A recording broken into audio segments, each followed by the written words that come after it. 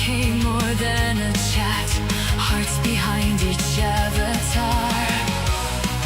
She learned that strength is letting show the cracks where hidden lights can glow. From the silence, a signal rose through the static.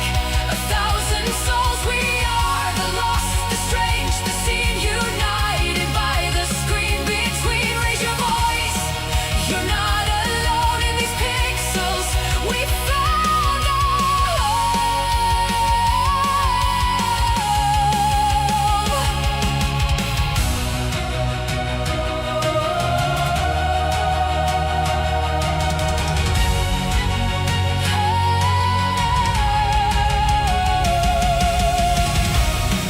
To the outcast, the quiet mind,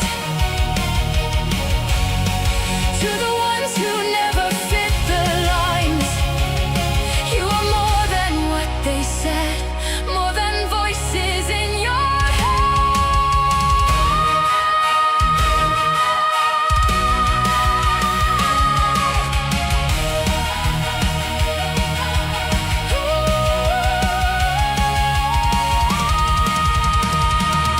From the silence, a signal rose. Now a storm of beating soul. We are the lost, the strange, the seen, no longer trapped in between. Raise your voice, let it be known. Every scream's a stepping stone. So if you're lonely, weird, unheard, step through the dark, take one small step.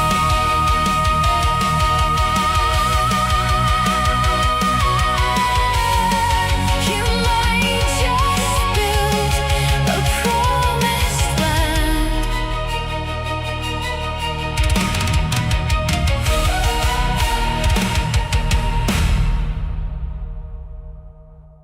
Hi everyone! Hey Tuba, hey Captain, hey Clumsy, hey Snarky, hey TV, hey Grim, hey Snack! Hi! We're gonna be talking about yet another person that we haven't talked about before. This one is called Pirate Software. Are you guys perhaps familiar with this person? I'll tell you how I was introduced to this guy. TikTok shorts. He would just show up on my feed.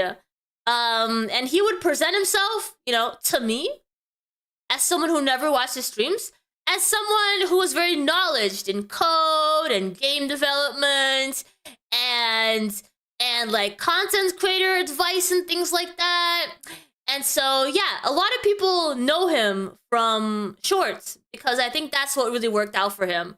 The algorithm really picked up on his style of content, and that's how people got to know him. And I think it was like around 2 years ago that it really like went boom. Oh, sorry. Anyway. Boom. Oh, sorry. Yeah. So you know what I mean. Now, there has been some controversy around him. He has a few interesting opinions. Let's say it like that. Yeah. So, because I don't know him very well, we are going to take this journey together to find out who this guy is. And because it started a long time ago. I think it started around, like, there was a petition about something or else, and he was very, controversially against it. So, we're gonna hear all about it. Let's get ready. We're going to start with a video from the Internet Anarchist, which you guys have seen him before. He worked at Blizzard for 2 Ice Ages and a universe ending event. Yeah, so he did work at Blizzard. He was a, a systems analyst, something. But yeah, and then he started doing his own game development on the side after Blizzard and a bunch of content creation. He would do code streams over on Twitch. Yeah. Hey, Andrea. So let's let the Internet Anarchist tell the story, and then we have a lot of other content creators whose opinions we're also going to be hearing throughout the story. So this was a video that came out 7 months ago, and it was around that time that the petition was out, and there was a big fight, a lot of hates over on Pirate Software for all of his opinions on the matter. So let's see. This is where it Pirate starts. software is what happens when you give someone with a massive ego a microphone and Yeah, we do have a Turkey Tom documentary on the guy around this time as well, but it is quite a longer documentary, so we're not going to go over that today, but always an option for the future if we want to do a stream only about that. an audience. Not only does he have some of the worst takes the online gaming community has ever It literally starts saying he has some of the worst takes, which is interesting, right? Because this is a guy who's worked on the inside of a major gaming company, which is Blizzard. seen. Oh shit, now this is actually really dumb. It's used car salesman garbage. This is shit. It's shit. Not only do I not want to back this, I'm gonna actively tell people not to. He also sees This is why I like doing these episodes, because it's not just me that doesn't know these big like streamers and people and personalities, right? It's also sometimes you guys. Or sometimes you know about him because you've seen a short, but you don't know what he's about, what kind of guy he is, what the controversy is about. So yeah, here we are, finding out together. seems deathly allergic to taking accountability. Wants me to sit down, grovel on my knees and be like, I'm so sorry, Mr. Yamato. It was all my fault, the mage. Even Dr. K, a professional psychiatrist, failed to make him realize his own Ooh. arrogance. I think some Well, I like when they introduce psychologists, like experts on the matter of psychology, to tell us that these people are crazy. sometimes the things that I talk about in regards to those types of things is Narcissist! Yeah, things like that, you know? misconstrued as arrogance or boasting, when in reality, I'm just trying to give context. So that If is that the makes problem right there. So I want you to listen to this phrase. This gets misconstrued as arrogance, but in reality, it's this. Yeah. That is the most That is so true. I'm gonna back up a little bit. You guys have to hear this if you didn't get a chance. Okay, so this guy. Psychiatrist failed to make him realize his own arrogance. I think sometimes the things that I talk about in regards to those types of things is misconstrued as arrogance or boasting. I like how when he says it's misconstrued as arrogance. I've had that used against me, or like not against me, but I've heard that in person. People saying that, oh, I'm not arrogant. It might sound that way, but I'm not really. In reality, I'm just trying to give context. So that If is that- We're having a really mature adult healthy conversation, but what you're saying just doesn't make any sense. And then it's not me being arrogant, I just know the facts better than you know? the problem right there. So I want Which, you know, it's very likely if you're having a conversation with me that you will have the facts and I do not. I mean, I won't deny that I am not the most knowledge person around, you know? But maybe be nicer about it. I don't know. you to listen to this phrase. This gets Velcora. misconstrued as arrogance, but in reality, it's this. Yeah. That is the most arrogant statement on the planet, bro. Like, tell me I'm wrong. Okay, I don't see it that way, but all right. And the moment the internet saw his true colors, it was all downhill from there. Even then, the one thing he still had going for him was his technical prowess as an expert game developer and an elite hacker. It was a lot. So after that, I ended up going to work for the United States Department of Energy because I'm a hacker, offensive security guy, and I I'm a hacker. Okay, that hacked power plants for the federal government. And now that I quit, and now I make video games on the internet. I've been doing this for a couple of years now. Well, as it turns out, much of what he claimed might have either been yeah, subtitles. Thank you for reminding me. That's all right, no problem. a flat-out lie, or at best, The only issue is that I don't come with subtitles, but that's okay, right? Because you totally understand every single word that comes out of my mouth, right? Right? Because I don't have any sort of like weird accent or like I don't like eat up all my words or anything, right? So it's fine if I don't have any subtitles, right? Okay, cool. an over-the-top exaggeration. When Pirate Software told everyone that he worked on video games for 20 years, that he worked as a hacker, why did anyone believe him when this was what he was putting out? Why did it take this long for people to call him out for being a fraud when this is his magnum opus that took him 8 years? 8 years. Okay, I'm sorry. I don't know. Like, is this a legit game? I mean, it looks cool. I like the little speech bubbles at the bottom. I'm not gonna give him a hard time for making this game. But then I don't know anything. It took him 8 years to come out with this. I mean, he's got other stuff going on, right? Like, That's not the weirdest thing I've seen. Years of perfecting your craft for something a middle schooler could make. Don't say that. Don't say that's not a middle schooler. I mean, come on now. I mean, I get the style is a bit outdated, but like, you know, there's this character over here, and he's stacking eggs on his head. I mean, a middle schooler would not be able to come up with that. Come on. This isn't the work of a professional. This isn't even the work of an amateur. It's pathetic. Pathetic is a strong word, sir. Hi, I'm the Internet Anarchist. I create weekly YouTube documentaries, and today... This guy's great, by the way. I have to start including all these links in my description when I stream, because I'm a reaction channel. I don't make original content, let's be clear. People come here for my silly opinions and my laughs. They don't come here for the facts. I don't have them. We hear other people talk about facts. So the only thing that I can do in this situation is link these wonderful people who are actually giving us the facts, right? So I'm gonna try to be better at that, all right?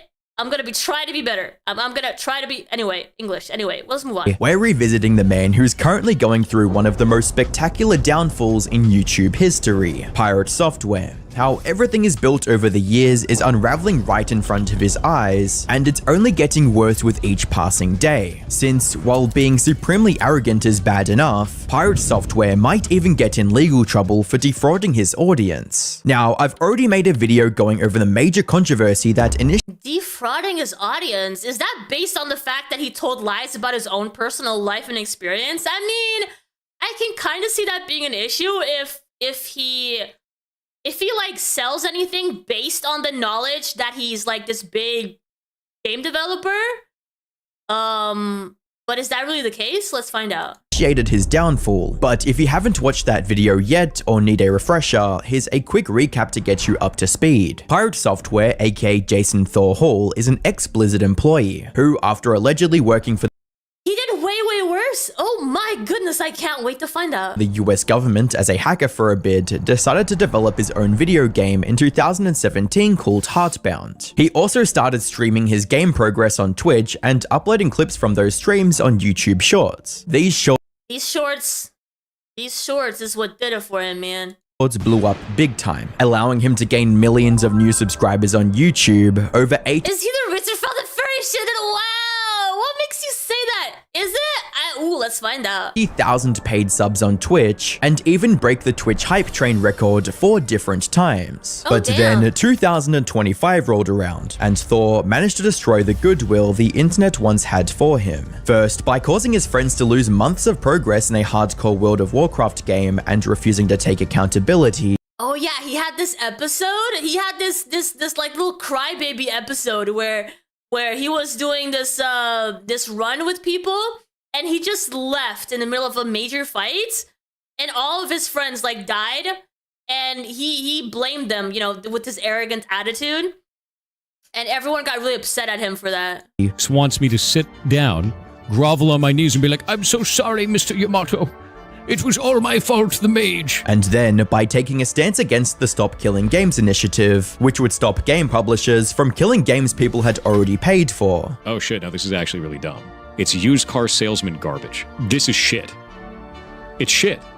Not only do I not want to back this, I'm gonna actively tell people not to. He misunderstood the whole movement on a fundamental level, and then used some of the harshest language he's ever used to speak up. I know people like this, right? They see something major happen, and they consider it respectable to go against it because they know better. They have this vocabulary. They have all this research and these things that they have read on the internet. So he's gonna be like, no, this is stupid. This is why it's stupid and you shouldn't do it. Because my opinion is so much more based on, you know, my experience as a hacker and game developer. Against it. That is a horrible goddamn direction. That's awful, dude. No, eat my entire ass. The level of stupid that I just had to receive was like sitting on Twitter for 12 hours. This shit sucks. That's a really stupid ass move. That's an incredibly stupid ass move. Yes, yeah, he is like on a high horse, dude. He feels so powerful. I think this is ass. This is complete garbage. I bet anybody who has anything to say about him, like any criticism whatsoever, he can always dismiss it in 2 seconds. I bet he does not take any criticism serious because he knows better than anybody else. That is the attitude that I can see from this guy. All of this can eat shit then. I drop the mask entirely. I have no qualms about that. They can eat my entire ass. The whole thing. His viewers were shocked at him blatantly rejecting something they thought was good. Thor, on the other hand, continued posting more videos doubling down on his take. But then, some of the biggest creators on the platform, like Charlie, Jacksepticeye, and PewDiePie, voiced their support for the initiative. This only made Thor look worse by comparison, making the whole internet, including his audience, turn against him. Now, Thor had a chance to retain some of the trust his viewers had in him, despite the overwhelming amount of backlash he was receiving. All he had to do was admit that he was wrong, but not only did he not do that, he stuck to his guns, regardless of how wrong he was. He was caught lying about his games getting review bombed because of the controversy, making him look even more pathetic than he already did. Now, Of course, of course. So, because he said something controversial, his poor game that he worked on for 8 years was review bombed. Because of his opinion on something else entirely unrelated. The poor guy. That's why his game went under. It's not because it was a bad game. It's because of his bad takes. at the end of my last video, I posed two possible— When are you going to make a game? Listen, I'm not over here. I'm not over here. Actually, listen. I have actually worked on a game before. That might be subject for another stream, but not that I'm a developer or anything. But yeah, I was working on a game. Anyway, it doesn't matter. Story for another day. futures for Thor. He could either admit that he was wrong and turn things around, or stay stubborn and turn into the perpetual lolcow Let me guess. You stayed stubborn because you know better than anybody else. of the internet. And from the looks of it, he's chosen the second option, which has not only earned him more hate, but has prompted people to take a deeper look into his life, starting with his reputation as a master coder. And what they found was shocking to say the least. It started when a YouTuber named Coding Jesus, whose main content is him dissecting people's code and pointing out issues, decided to review the code for Heartbound in a video titled, "I reviewed Pirate Software's code, oh boy."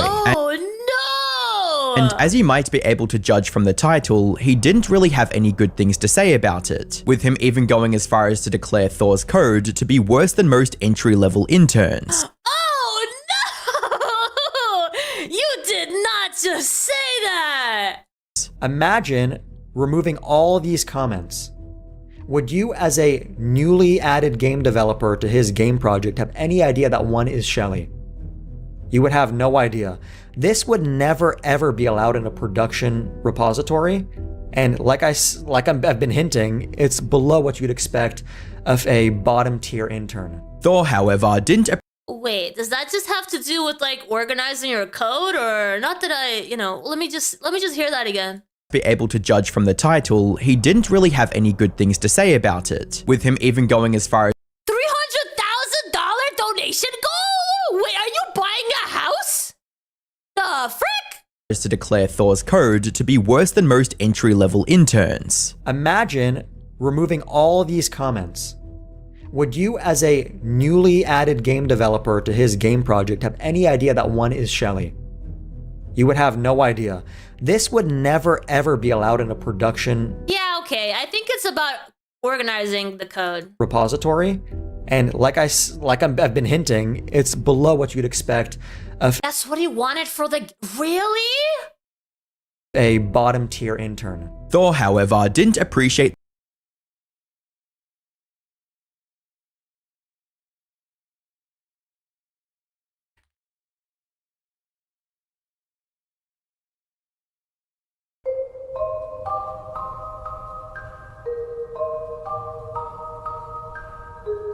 This is the game, guys. This is the game. Oh my god, it has the dogs! see, there's nothing wrong with this game, guys. I don't know why anybody has... I don't see an issue. It has a dog. Okay? Can we move on now? The game is great. The game is great. Okay? I don't see what the problem is. The constructive criticism and handled this review in the only way he knows how to. It's just another, like, YouTube grifter trying to... Okay, fine. I guess I'll see the rest of the teaser.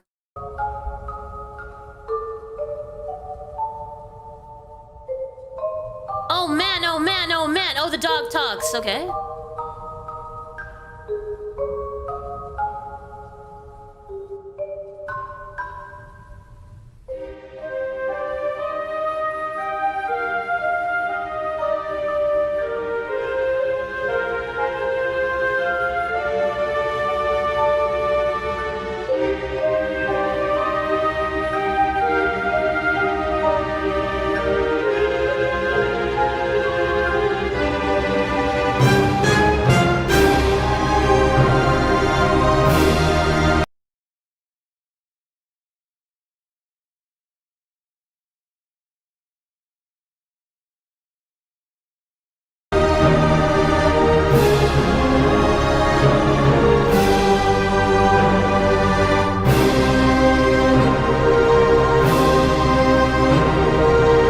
Listen, guys, clearly this game has a lot of passion put into it, a lot of like mental stuff going on right in front of my eyes. Like, this is, you know, it's like dark and deep, and there's so much to be like analyzed about this that has so much more meaning than the pixel art game that you guys are seeing in front of you. There's so much more to it that you guys cannot comprehend. He is too smart for you guys to understand. It's too smart. Hey, Azipu.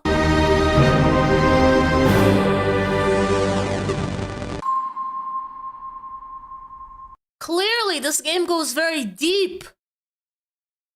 A total unfinished disaster. That is so rude. Do they know that a game has a dog? Yeah, look, it's right there. There's a dog. Actually is. Let me first tell you what it isn't. Oh my god, it looks like... okay, it looks like a mix of Stardew Valley with like, Binding of Isaac sort of like wannabe thing.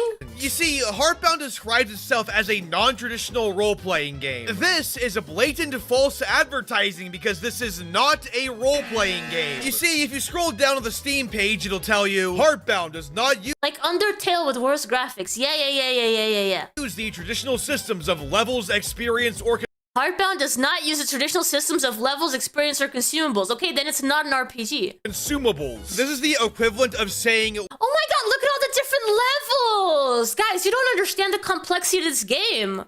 Look, he's like on a raft? see your character. Except somehow it gets much worse as a Heartbound has only one combat encounter. So in other words, it's not an RPG. Wait, it only has one combat encounter? The only thing that makes this game even remotely anything like an RPG is that it very obviously rips off Earthbound and Undertale. The second thing Heartbound isn't is finished. It's an early access, which normally would be a reason I wouldn't review something. But the issue is that a Heartbound has been in early access and in the same state for like 8 years. So with a wait that long and updates this few, I might as well review the thing as a finished product, right? And even if the game is finished, I Look, there's so many different levels! doubt it would be any good. So what kind of a game is a Heartbound actually? Well, once again, it's an Earthbound / Undertale clone, but at least other Earthbound clones at least try to be original and unique. Heartbound, meanwhile, is incredibly blatant about it. I mean, for fuck's sake, the game is literally called a Heartbound, but gameplay-wise, it's more like one-shot in a way, where it's more like a puzzle adventure game. Now, is it Yeah, it's got a lot of puzzles, guys. good at that? Fuck no. But at least that's a more fitting genre for it. By the way, we haven't even started the game yet, and there's already been more red flags in my taste in women. Hi there, my baby boy. Okay, I think I get it. Fight for relevance, dude. That's all that shit is. All too common these days. However, there was something Thor said that was uncharacteristically reasonable for him, and actually made some sense. It's just a bunch of disingenuous arguments put up in bad faith trying to make me look like a bad programmer. And in reality, this guy has never used the engine that I'm working in, never used the language that I'm working with, and all of his points are moot as a result. From an objective point of view, his All of his points are mute as a result. I don't think that's how that works. No matter what language you use when coding, if your end result is trash, then maybe there's something behind that you should learn from, okay? It's not like, oh, he doesn't know my code, he doesn't know, you know? reasoning here for why Coding Jesus wasn't able to understand his coding style, because he's not a game developer, seemed sound. That was until another YouTuber, Quinn Theo, decided to get Coding Jesus on a call and dissect Thor's arguments together. They began by analyzing Thor's comments about That is smart. Coding Jesus' very first critique, with Coding Jesus explaining how Thor doesn't use a very basic practice in his code that even school-level coders know how to use. Manually setting all to 0 with 8 lines, those were set to 0 because it was ending the alarms. By setting them to 0, you're actually setting the alarm to off. So what he's doing here is a classic example of deflection. He pretends Yeah, like, oh my god, so he would stream on Twitch with his code, and if there was any critique at all in the chat regarding, ooh, why did you do it like that? Isn't it easy to do it like this? He would be like, no, of course not. I am doing it the way that it's supposed to be done. the chatter asked, why do you set the alarms to 0 instead of the question, which was, why don't you iterate over them in a for loop? A for loop is a very basic coding construct. If you're iterating through a consecutive set of numbers, you definitely want to use that. It's the perfect scenario for a for loop. While also pointing out how he deflects from the real question whenever he doesn't know the answer. But he pretends that he didn't understand the question, and then tries to answer something else. And in case you're not familiar with programming, a commenter summed up Thor's flawed approach perfectly, stating, he is literally doing the equivalent of writing 2 plus 2 plus 2 plus 2 plus 2 plus 2 instead of writing 2 times 25. Oh my god, thank you so much for explaining it to me. I did not understand until you said it like that, so that a person with a 4-year-old brain can understand. Thank you. Instead of writing 2 times 25. But that was just the tip of the iceberg, because while someone might argue that he simply misunderstood the criticism instead of purposefully deflecting it, that doesn't explain why he kept doing the same thing over and over again. Sprite Spark is not a magic number. It's a direct reference to an asset file called Sprite Spark. This is how GameMaker allows you to link sprites and other assets. When you want to use a sprite, sound, or other object, you call it by name. This is disingenuous at best and an obfuscation tactic at worst, because as you can see here, there's a lot of numbers here. It's very obvious when I'm talking about a magic number, I'm talking about things like 1, 0, 15, 270, 360. I'm not talking about what my mouse just happens to be highlighting, which is SPR Spark. Almost as if it's a core part of the tactic he uses to sound more knowledgeable than he actually is. He has this repeating theme where somebody gives him a question, and then he pivots to something that somebody didn't even ask or address to try to get out of that question. Something that becomes abruptly clear when he does address criticism directly and ends up being objectively wrong about everything he's saying. Data types are not defined in GameMaker. You cannot define a Boolean. You can use 0, 1, or true, false at will. It doesn't do anything. None of this matters in this language. The Boolean and the data types. Okay. So I'd like to interpret this in two ways, because what he could have been saying here when he says data types are not defined is that you can't create your own custom data types, which is indeed wrong. You can create structures in GameMaker. It's in the documentation. Search up structs and constructors. But maybe he wasn't referring to structs, maybe he was referring to booleans, which also just isn't true. What's worse is that he could have easily avoided looking like a fool. All he had to do was actually read about the programming language he claims to be an expert at. He makes the claim that you can't define a boolean in GameMaker because GameMaker itself doesn't have a native boolean type in its scripting language. In other words, it interprets reals as booleans. Now, to reconcile the fact that he used a boolean in his code with what he said, I decided to do what any developer would do, and that is I consulted the documentation. So if you go to data types in GameMaker, I consulted the documentation. No, you can't do that. You can't do that. Did you check specifically the pirate software data types? Because that is the rule book that you should be using. Hey, Pete! And yes, Belcora, yeah, I feel the same way. I cannot understand. My brain not follow. oh, look at that. You are also provided with constants, true and false, which can always be used in your code to prevent any issues, should the native Boolean type be defined later. This can either be interpreted as Thor being incredibly lazy, or just simply not knowing Booleans exist in the language he's using. Either way, it calls into question every claim Thor has ever made about his coding skills to this point. As a comment on YouTube eloquently puts it, "Someone please take the shovel away from Pirate Software. This man won't stop digging a hole for himself." But what's most concerning is Thor's inability to take any kind of criticism, even when it's valid. He's set up a wall of denial in front of him and just disregards anyone that doesn't agree with him. That said, this next issue isn't something he can simply ignore, since he might even end up in court because of it. The bombshell dropped on July 5th, 2025, when a Twitter user by the name of Guy made a wild accusation against Thor, stating, "Pirate Software accidentally revealed his DMs with Kronos during the April 1st Twitch Giga Train, showing that they were boosting it themselves. This is why the stream is unavailable to watch." Yo. The Giga Train he's talking about here is actually the record-breaking Twitch hype train Thor was able to reach on April 1st, 2024. A hype train, for those who don't know, is a Twitch feature that gets activated when a streamer starts receiving a lot of donations or gifted subs in a very short span of time. It then continues leveling up if the donations keep coming in, and the more a hype train progresses, the more rewards the donors unlock, including special emojis and gifts that they can use, incentivizing them to keep spending their money. As we mentioned earlier, Thor had already broken multiple hype train records before. However, all of them paled in comparison to the hype train on April 1st, 2024, as it managed to reach past level Oh, it was on April 1st? Ah, it's okay then, because it was just an April Fool's joke.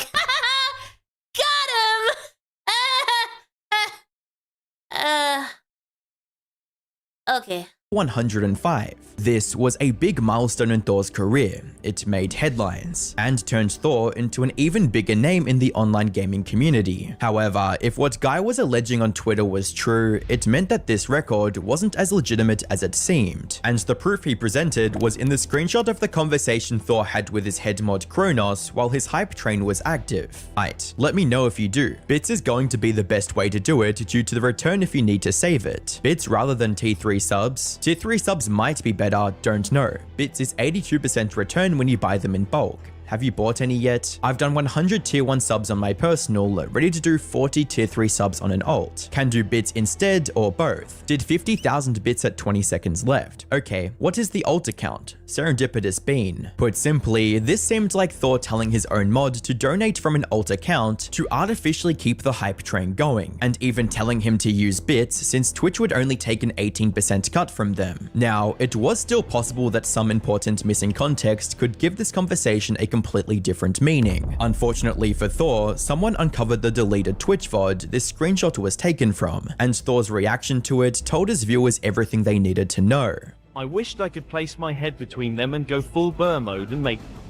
Well, unfortunately for Keemstar, he is not often the original creative behind an idea like that, you know? So that means plenty of other people have made alt accounts and lied and manipulated and inflated the numbers, things like that, you know? Is a Giga Train like a Twitch version of a gangbang? Yes. I personally only realized that running a train on somebody, what that meant, you know? So yeah, I think you might be right about that. What? What? What is this? Where is it? I'm gonna find this. I need to find your message. God damn it, click. Click, you garbage machine. Hey, Big Jerry. What? Who are you? Why are you like this? Number 420. Deleted.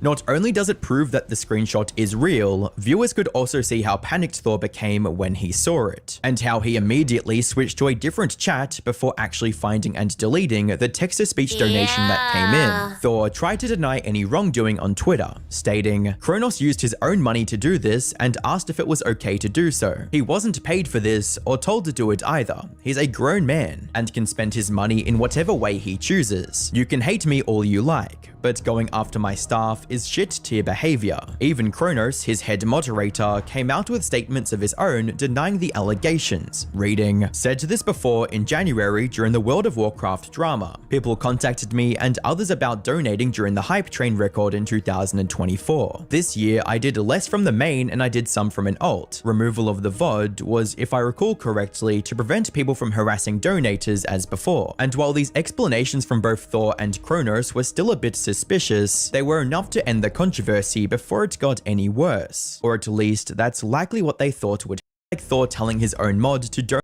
Okay, let me look at this conversation again and see if I can agree with that logic. Let me know if you do. Bits is going to be the best way to do it due to return if you need to save it.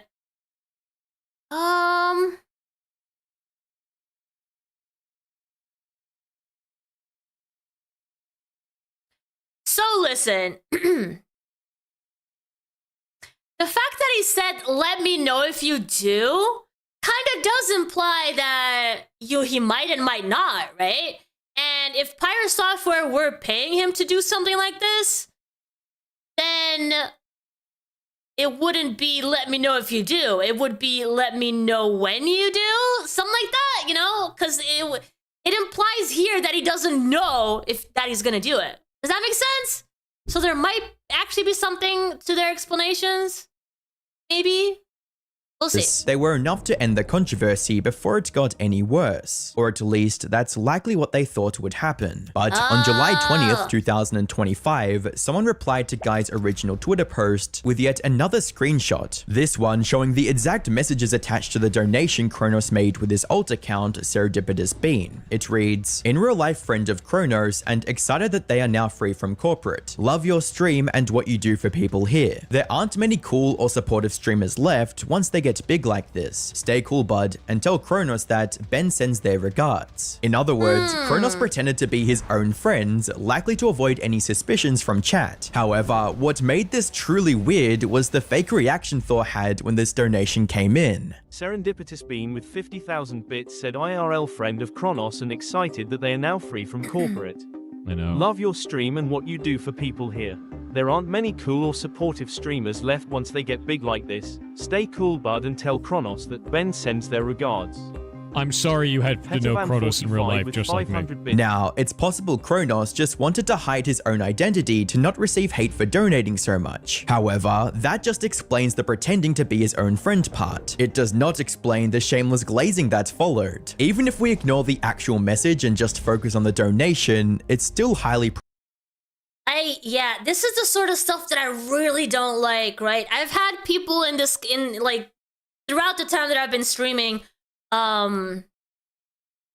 like use different names and then make it a whole ass storyline, right? They start saying, "Oh, I'm a friend of who blah blah blah," and they're actually just another alt account.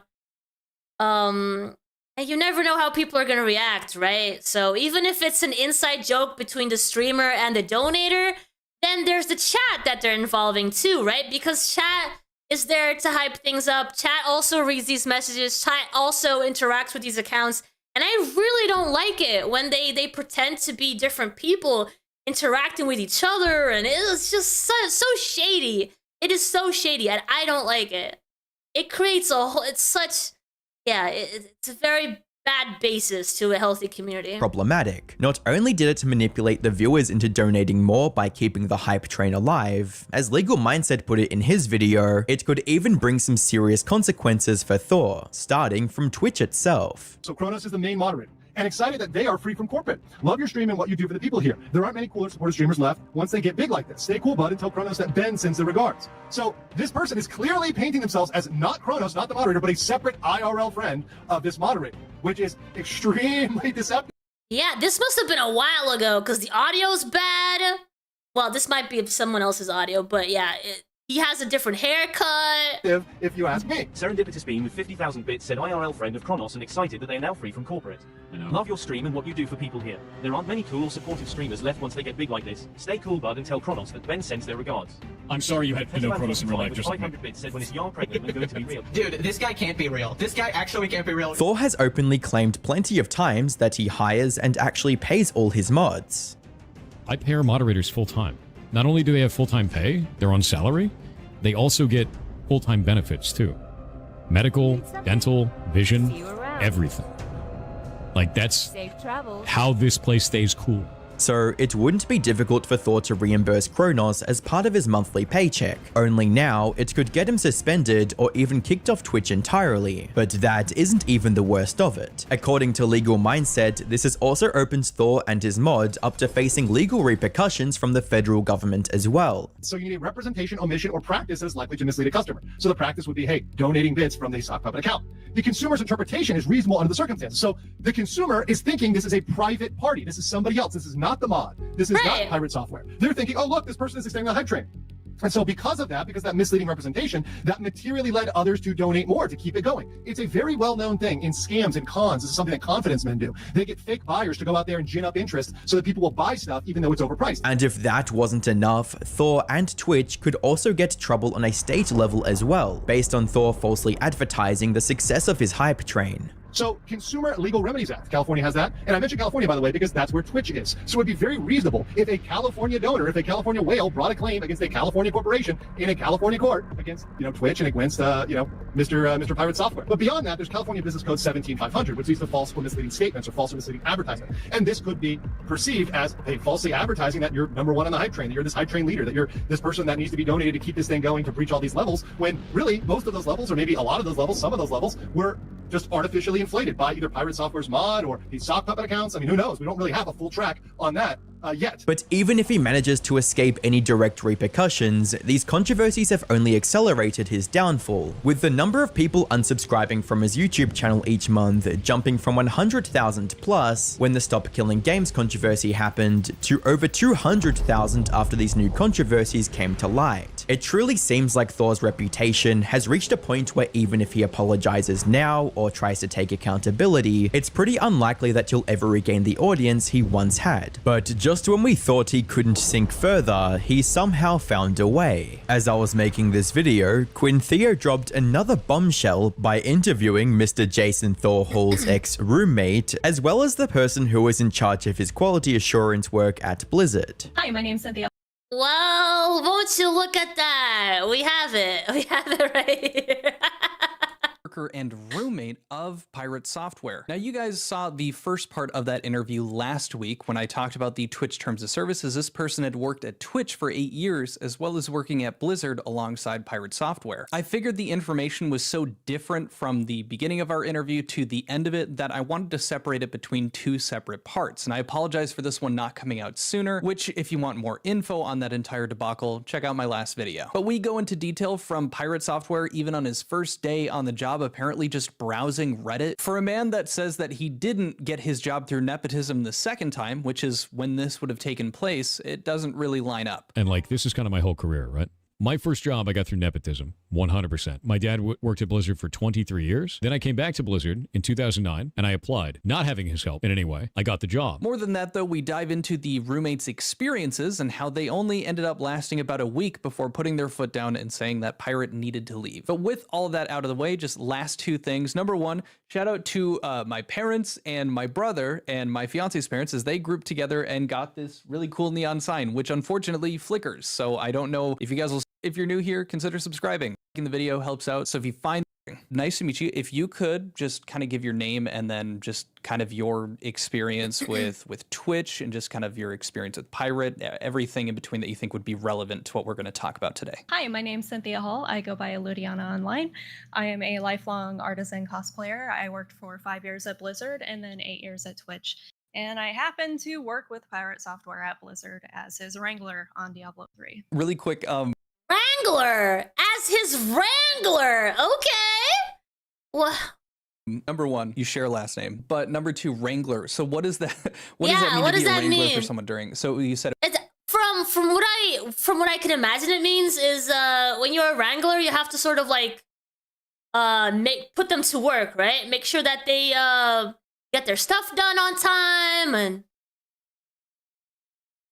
yeah, It was during like Diablo quality assurance. 3 testing? Yes. Basically, what happened is we share the same last name. That's why I don't mind sharing my last name. When I joined the company, they literally thought that we were related because I have a couple of years on him. So they thought that I was his older sister. And they thought that with me coming in, I could potentially handle him and he would be less of a problem if we were working together. So- this was a thing that I had to clarify like day one of me moving onto the team. So this was, the assumption was, oh, okay, they're siblings. She can kind of tune. Yes. And he'll be less of a problem because we're related and I could go tell daddy. That's really funny.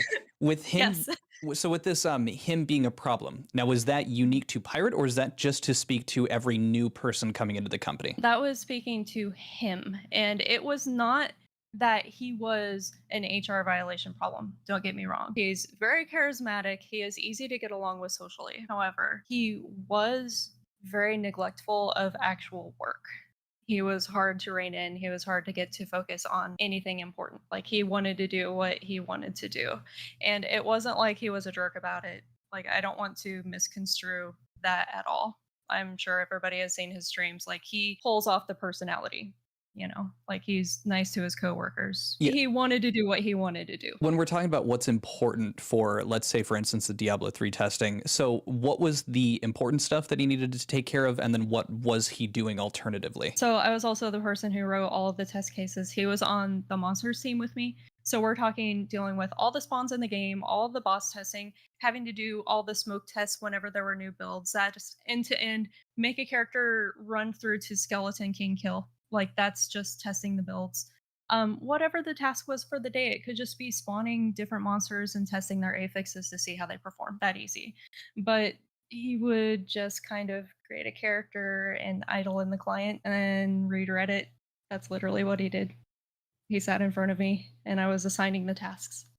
So not only did I see the work he was not doing, I saw what he was doing instead the entire time. Okay, so sorry, to clarify, Yeah. he was redditing instead of doing his job, which was essentially he, instead of spawning in and just like running Skeleton King, which I know is like literally that first act, or just testing monster spawns, it was just him browsing Reddit.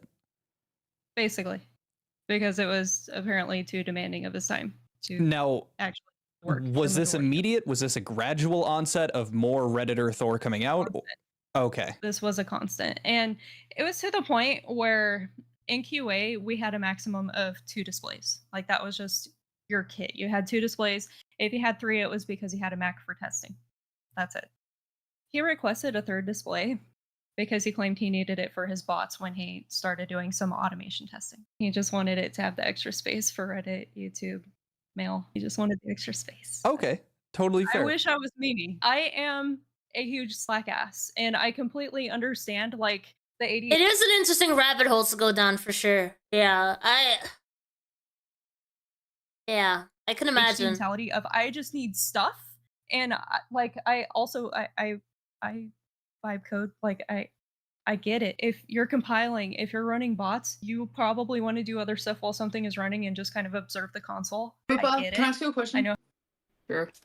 Did he make you come? No. I didn't think so.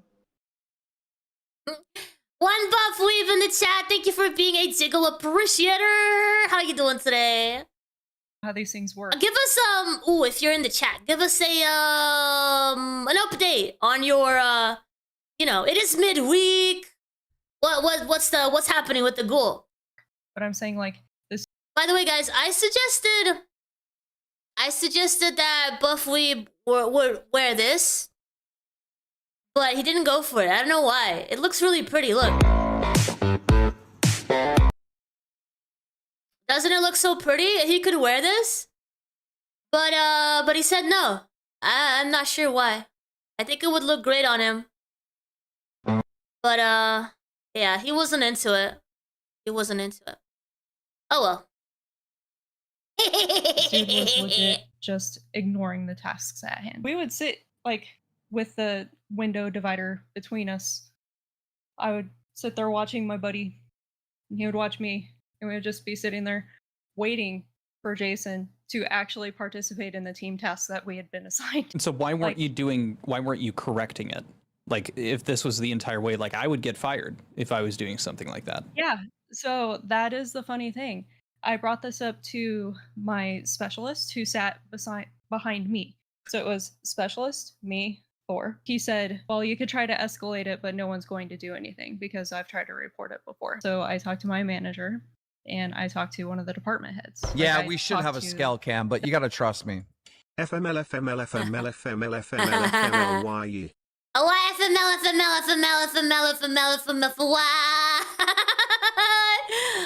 one buff weave, you have done this to yourself, please. Thank you for the $10. I appreciate you. The manager over the project. And I was essentially told that no one is going to do anything because of who he is. And this has nothing to do with Joey Ray directly. Like, I want to make this very clear. I'm also friends with Joey Ray. Like, he is a mutual friend of friends. Okay, so like I've had direct interactions. I know him well enough to say he would absolutely not do anything to help Jason. Like, he is not somebody who spoke to get him rehired. But here's how nepotism actually works, which Jason also doesn't understand. It does not look good on your future at Blizzard if you mess with an executive's son, period. Everybody knows who Jason is. If you write him up, if you fire him for misconduct or otherwise, people are going to know you did it. They're not going to know that anything was actually going on. They're just going to know you were the guy. Oh, dang. Okay, I didn't know that. Fired Joey Ray's son. Can't you, like, anonymously, like, there should be a system, right? There should be a system to prevent these situations where you can, like, anonymously put in a complaint and then someone else is going to check in on it. And your career is pretty much toast because everybody in the games industry knows each other too. So who's going to actually do anything because Jason's doing nothing? Nobody. They're just going to let him do what he's going to do. And that's exactly what I was told. And that's exactly why Jason was allowed to form his hacks team, which is actually just exploits testing. He was allowed to do whatever he wanted to do because nobody would course correct him. Okay. Now, so what year was this when he came on for the Diablo 3? Was this the first time he was hired in? This was when he came back, I believe. This was, I think, 20. Like, his dad was one of the founding staff of Blizzard, been there for 1,000,000 years. Everyone knows and loves his dad, so no one wanted to fuck. Right, damn. 2011. 2011. Okay, so this is the second round of coming in. You said, to the best of your knowledge, it was... Worker rights are very thin in the US. Some states are worse than others. Yeah, I've heard that. As soon as he got hired back in, he was acting exactly like that. He was not... Yeah. Okay. With that knowledge, I also just kind of want to touch on, so you say that he kind of created that exploitation team, not because there was a requirement for it, but just because he would not be course corrected to do anything else. And the reason I kind of bring this up, I'm not trying to make Thor look bad intentionally, but I'm targeting the way that you had brought this up about him being and creating that exploit team. It wasn't because he was the best to do it, it's because he's the one that wanted to do it. My understanding is it's what he wanted to do, and he presented himself as the best candidate to do it. And I am not going to pretend to know the inner workings of how it came to be because I was not part of those conversations at all. So I don't know if he actually formed the team or if the QA managers formed the team including him. It's weird calling it a hacks team. It's really not hacking. Like, it is a focused automation testing team. That's really what it was. Use like, bots to test the reported bugs and exploits. Yeah, it was automation testing. Okay. With that, I think we got a good understanding of what that was. I've kind of touched on that. A lot of companies have anonymous hotlines. You can call to complain, right? And they record the call, then send it to the boss manager, would then out who you are. I just don't. It seems so simple to me. Like, if a worker's not doing their job, someone can complain, and then someone else will actually go check in on the situation, you know? They don't have to take his word for it or anything. They just go check in on it and then assess if it's real or not. Nepotism bit myself too and was like, well, it's not just, oh, his dad, is like up here. It's like, well, it's not that. It's a very, you don't see it, you feel it. That's it. And the person who's, getting it is not going to notice that. So it's interesting. I'm glad we got a bit more insight on that. You guys knew each other clearly as coworkers. Was there anything like, did you guys spend time playing video games or anything like that? Oh yeah, geez. A couple things. So video games. There was actually a charity event on campus. It's an Extra Life charity that every year as Team Zerg, unofficially, Blizzard would put together our own team for donations to raise money for Children's Hospital of Orange County. And we would play games on campus for 24 hours straight. Pirate just happened to participate in this. I was on his team for a league tournament, and he screamed at our team for apparently not gearing correctly to counter the other team, because we were just that bad, when it's not like we were losing so severely, because we all played League regularly. It was not that big of a deal, and we're all sleep deprived. It was very early in the morning after an overnight of playing games, and we're like, seriously, dude, you are raging at everybody, like our entire team. He was just yelling across the floor at everybody. It's a charity event, correct? It was a children's charity event. And we're like, wow, we all play League, but man, like we usually only experience this stuff in League. Most of us like played League with each other at work, but this was our first time actually playing with him, especially at work, so that was a whole new experience, and the last time literally any of us played any games with him. I can imagine nobody else wants to play games with him anymore after that. Holy crap. Giving you crap for the gear that you're using in a match for charity at the workplace. Jess. Aw, baby. Baby. Give me 1 second, guys. Like, I actually have something here that I wanted to show you. So they give us like these little cards whenever we do cool things at Blizzard. And this was related to the charity event. That was like thanking me for playing nice with my coworkers. And I'm like, oh wow, he got one of these too. So yeah, I was kind of floored when I was going through some of my work stuff. Before that had happened, and not too long after he had joined the team, I had a roommate who urgently had to move out. She had a family emergency. She could no longer like stay in the apartment. And I was like, that's cool. I'll find another roommate. Panicking. Pirate joined the team, and he apparently urgently needed to move out of his dad's house for some reason. So anyways, I was like, hey, so I barely know you. And of course I asked some people around, like, so is this guy like a psycho?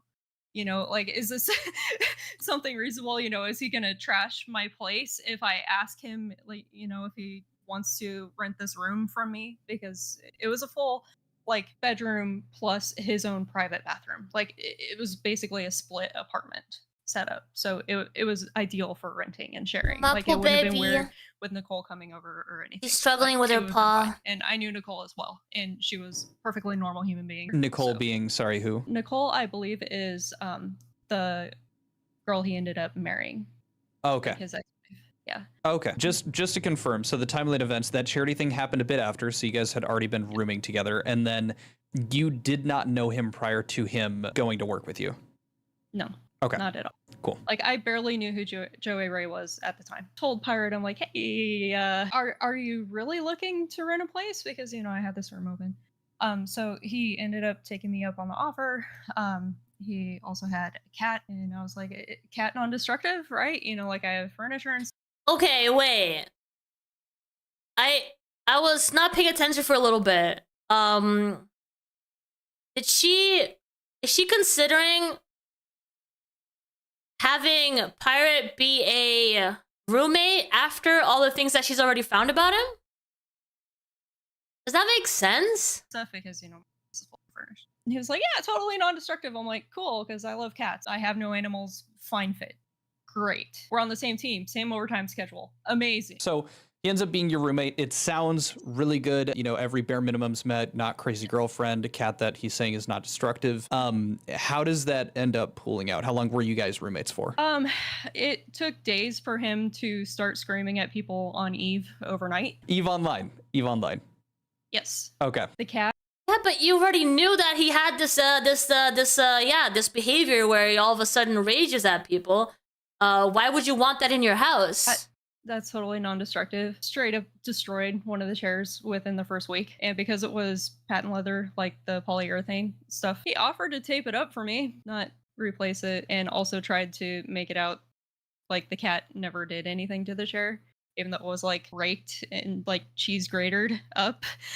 The cat scratched the shit out of the chair. There's no Scratched the shit out of the chair. right. You can't do that any other way. Yeah. Yeah. There was no way around it. Pretty much any time that I came home and went into the kitchen, all the dishes everywhere, like the pans, still food in them on the stove, shit everywhere, food, countertops, everything everywhere. Like it was not disgusting sty, but it was very just a fucking mess. Okay. And when you're working overtime, you just want to come home, make a quick meal or whatever, especially on weekends when you're not. I don't know if she thought about bringing pirate software into her house and share a house with this guy after knowing that he's a bit over the top, and then you complain about the exact same behaviors.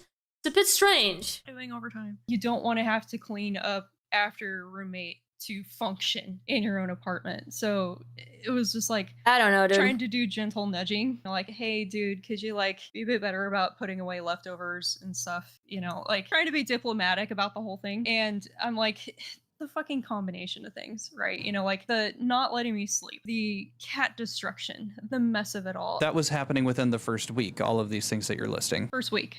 Okay, how And, long like- did this go on for? Well, this made me more suspicious about what else was going on. And I'm not a privacy invader, but he had left the door open to his bathroom. And I like just looked inside because it was in the hallway. It was like a hallway to go through to the bathroom and then his bedroom, which the door was closed, so I did not go in there. And then my bedroom. So like I just turned on the hall light and I peeked in there and the place was a fucking sty. He had never put up a shower curtain in the bathroom. There was like ashy stuff everywhere, like gray ash kind of looking spots everywhere, including like in the shower, on the floors, on the countertops. The toilet it had been. He didn't put up a shower curtain, so he was like, the water was going everywhere? A fucking week, and I could not understand the state of things. Let me just say that I was very concerned. Okay, and the sum of it all, I was like, this is not gonna work out, my guy. So I just like had a talk with him and I was like, hey, look, like this is not a thing between us because you're a cool dude, but like with the cat, you said non-destructive, already destroyed a chair, this is not gonna work out. Like I'm pretty sure that's straight how I played it, but I'm like, the sum of all things, I do not need this apartment destroyed. You know, it's my deposit, my name on this primarily because I was a primary resident, and I do not need destruction of property on my record or any of that. So like I could not take that chance. He inelegantly took it as a all right, fine, I'll move out kind of thing. He did get out of there within the next month. He never paid me back for the chair, by the way. Never did anything about that. And when he finally did move out, I wish I had saved pictures of the state of his room. He had cleaned nothing, so I had to clean everything by hand. There was like, I don't know what on the walls in his bedroom, and you're just gonna have to like take my word for this. I don't know if it was snot or something else, just like white here and there on the walls, and more of the like random gray stuff, just spots and things. It was very clearly not like smoke ash because there was no odor of it or anything. That is just strange. That sounds like a cryptid. It was very strange, right? It was disgusting. Like I was masked up and gloved up and everything for all of this because like holy, like well, What gross. about the bathroom? Because the bathroom, if it was bad on the first week, I can't imagine after a month. Gross. Lesson learned. Don't get guys as roommates, especially when you're a girl who gets the icks from this kind of thing. So that's a lot of that personal stuff. Now, I think that is relevant. I do think so. This was, what, 10 years ago now? 15? Forever. Yeah. Quite some. So I'm not, again, this isn't to dismiss that. That sounds absolutely horrific. You know, this was some of that old stuff, but I really appreciate getting to hear it. If you have any information, like whether it be like even if you have text messages or emails or anything else to kind of corroborate that time, it'd be awesome. If you don't, that's, you know, we're just taking your testimony as testimony. And I think it's just good to know, have some of that context getting into it. I'll send you over some of the screenshots that I also sent to some of my other coworkers, because like when all the pirate stuff like really started, some of the screenshots that I Okay. Well, when I first met you, I was all, and now getting to know you better, I'm all, and today I was tired, so I was all, what a way to, what? All day at work. Is it a bad thing that I want to go to work just to find more shit to fix? I slept so long, then played WoW and League all day as Heimerdinger and chilled hard while healing turrets. His passive is amazing. Fine irony. Anna calling the apartment manager responsible because he's not making himself easily available. Also, she told me to keep 50 and pay. If she does sign off today, she gets back, blah, blah, blah. By the way, you signing today? If so, the manager may not have your key. Blah, blah, blah, blah, blah, blah. I'm going to handle it this weekend, and yeah, your friend has a very odd view on reality. I also sent to some of my other coworkers, because like when all the pirates. So I only owe you 71 more bucks. No, as I said up front, you pay when you move in for a full month, since you haven't stayed a full month in October. The time from signing to end of month is what you are charged. It's like flip-flopping the rents. Full month for partial month stay, partial month for full stuff, month like, stay. really started stirring. Like we started sending stuff to each other. One of our other Wanted to inform you that I will be moving out on the 26th of this month, so I have now received confirmation on a new place. friends, Okay, thank you for the notice. I haven't been saying anything because I didn't want to force you out. I wasn't sure how long it would take you to find the right place. I know the terms seem bad, but I really didn't have any issues with you personally. I wasn't trying to kick you out to the curb. Eh? And then... Don't forget that utility bill will be in for December soon, and my chair needs to be replaced. another Hint. person that played League with Jason at one point apparently also got raged at.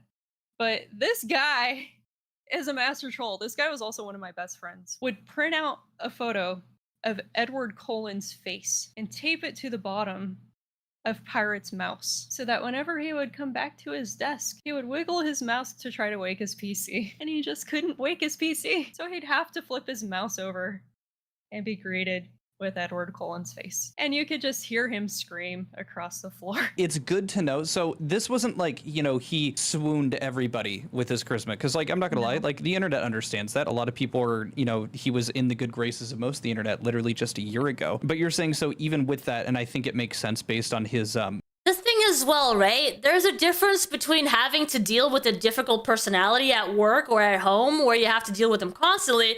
And then there's... being a streamer, putting forward your best self for a few hours a day, and you attract the sort of energy that you put forward, right? So he was attracting exactly the kind of audience that would cater to his attention seeking, and who would appreciate the knowledge that he would put forward, and you know, so it's a very different situation where obviously one would be considered arrogance and not a good worker and all that stuff, and then the other one is considered respected for his knowledge, respected for his vocabulary, whatever it may be, right? On stream, it's just it's very different circumstances. quote unquote work ethic or lack thereof. There were people that A lot of these big streamers are probably assholes if you were to friend them IRL at some point, right? already were like he was just kind of irritating. And I feel like this is why a lot of people aren't really talking about him, because like there's several camps. No, that's not correct. The pirate that we're talking about today is completely unrelated to One Piece, so you might be in the wrong place.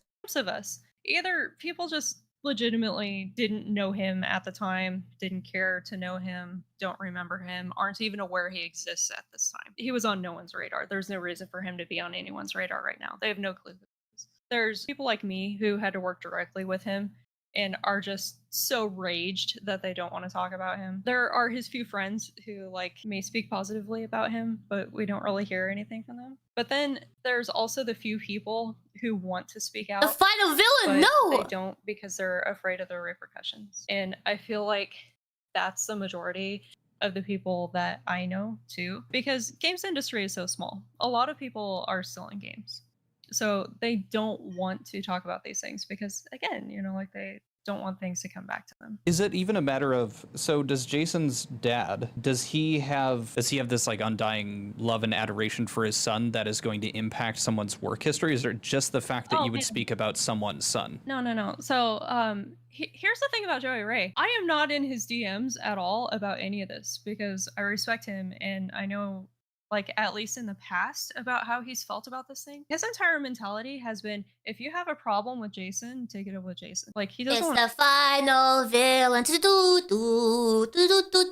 Is that my song? Deal with any of that. He's not the kind of person who's like gonna come to his rescue. That sounds like the healthiest way for nepotism to be dealt with. That sounds like, I mean, Joey Ray sounds like, yeah, you shouldn't be going to me because that's how you propagate this. So I guess I was more asking, like, the people that shied away, is it simply because they knew that Thor was, the son of him, or was it because like there were also consequences because he was was he protecting Thor in any step, or was it just the fact that they were father and son? A lot of people that aren't speaking up aren't doing it because they're afraid of Thor's followers. Actually, they're afraid of internet repercussions and internet people coming for them. It has nothing to do with the dad. Like, legitimately, Okay. has nothing to do with his dad, because his dad, like, especially anybody that knew him, like, at Blizzard while they were there, and those of us like who know him a little bit better outside of Blizzard, he's normal.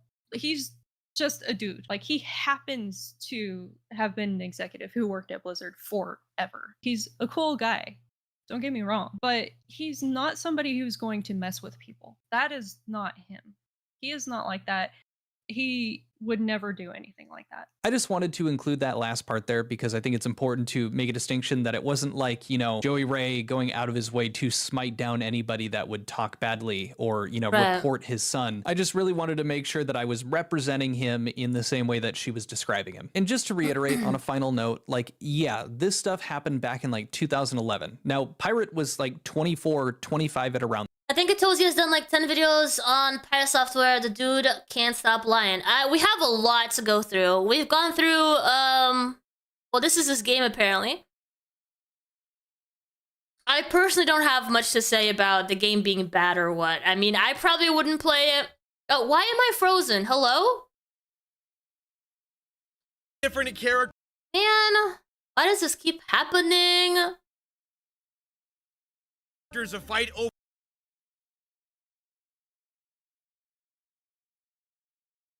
I go by Ludiana online. I am a lifelong artisan cosplayer. I worked for 5 years at Blizzard and then 8 years at Twitch. And I happen to work with Pirate Software at Blizzard as his wrangler on Diablo 3. And what she had to say about Thor was, Yeah, we're probably not doing the Turkey Tom video, because it's so long, but yeah, there's a lot. shocking, but not all surprising at this point. According to Cynthia, Jason was straight up bad at his job. He would constantly slack off and browse Reddit all day, and even when he did work, Cynthia often had to come in and correct his mistakes. So we're talking dealing with all the spawns in the game, all the boss testing, having to do all the smoke tests whenever there were new builds. That's end to end, make a character run through to skeleton king kill. Like, that's just testing the builds. Whatever the task was for the day. Erupts, nothing happened, simply because Thor's father was also quite high up in the company. The same father, mind you, whose birthday is not even an afterthought for Thor these days. Birthday and you missed it. You didn't call me. Neither did your brother. You guys both ignored me for my birthday. That isn't true. I sent That you a is text. No, you did not. Bullshit. That was last year. Bullshit. I got nothing. You sent me one last year. Did I send you one last year? Am I a shitty son? Oh, man. It was last year. Wow.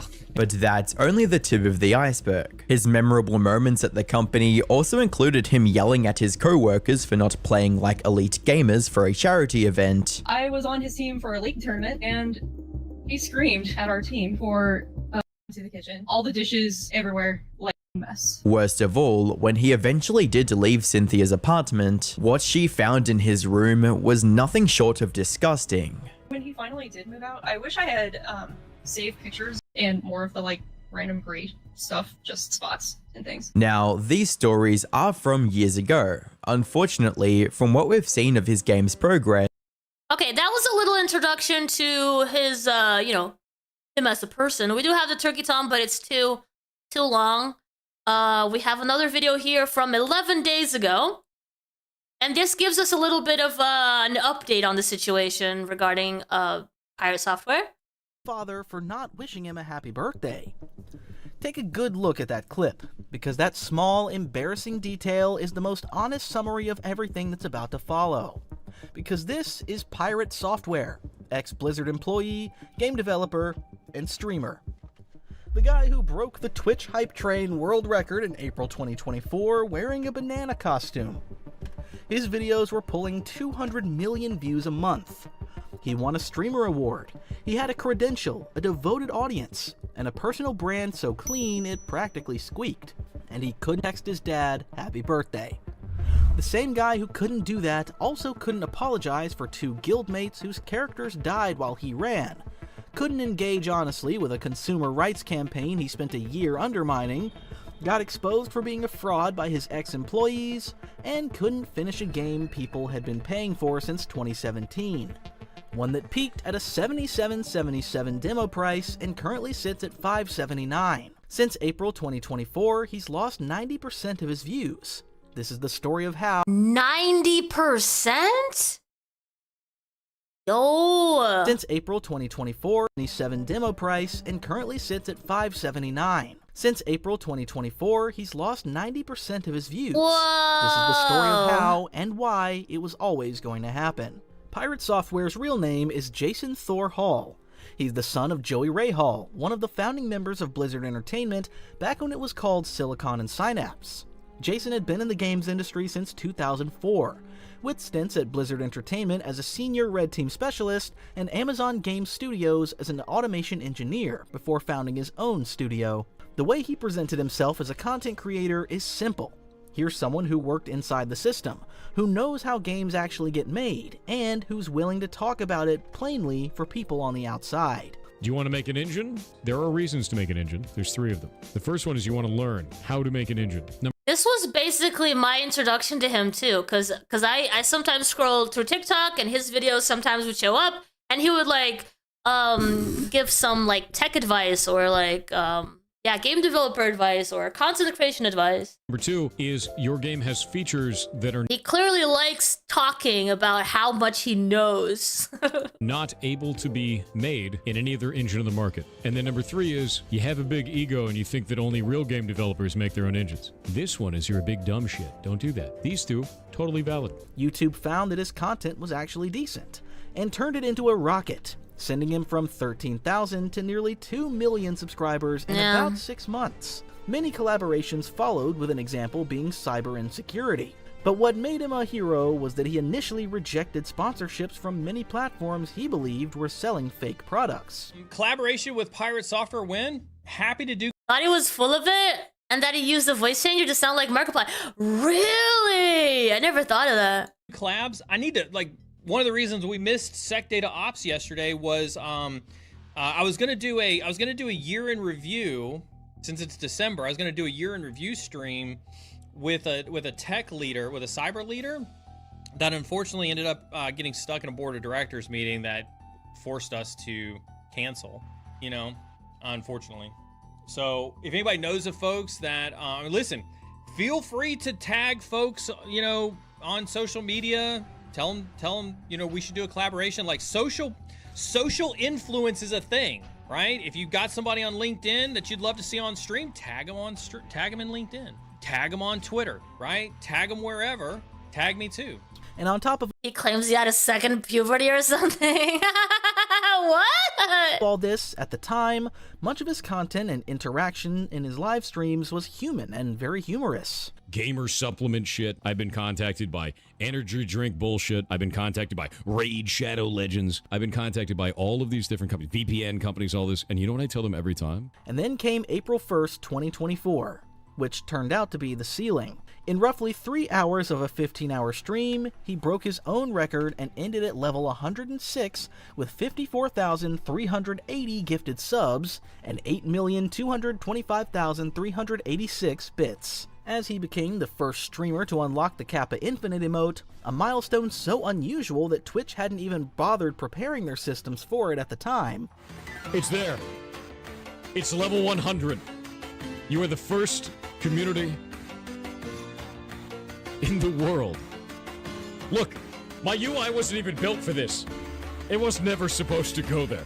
This made headlines across every gaming outlet. In January 2025, Pirate Software was a part of OnlyFans, a streamer-only World of Warcraft OnlyFans!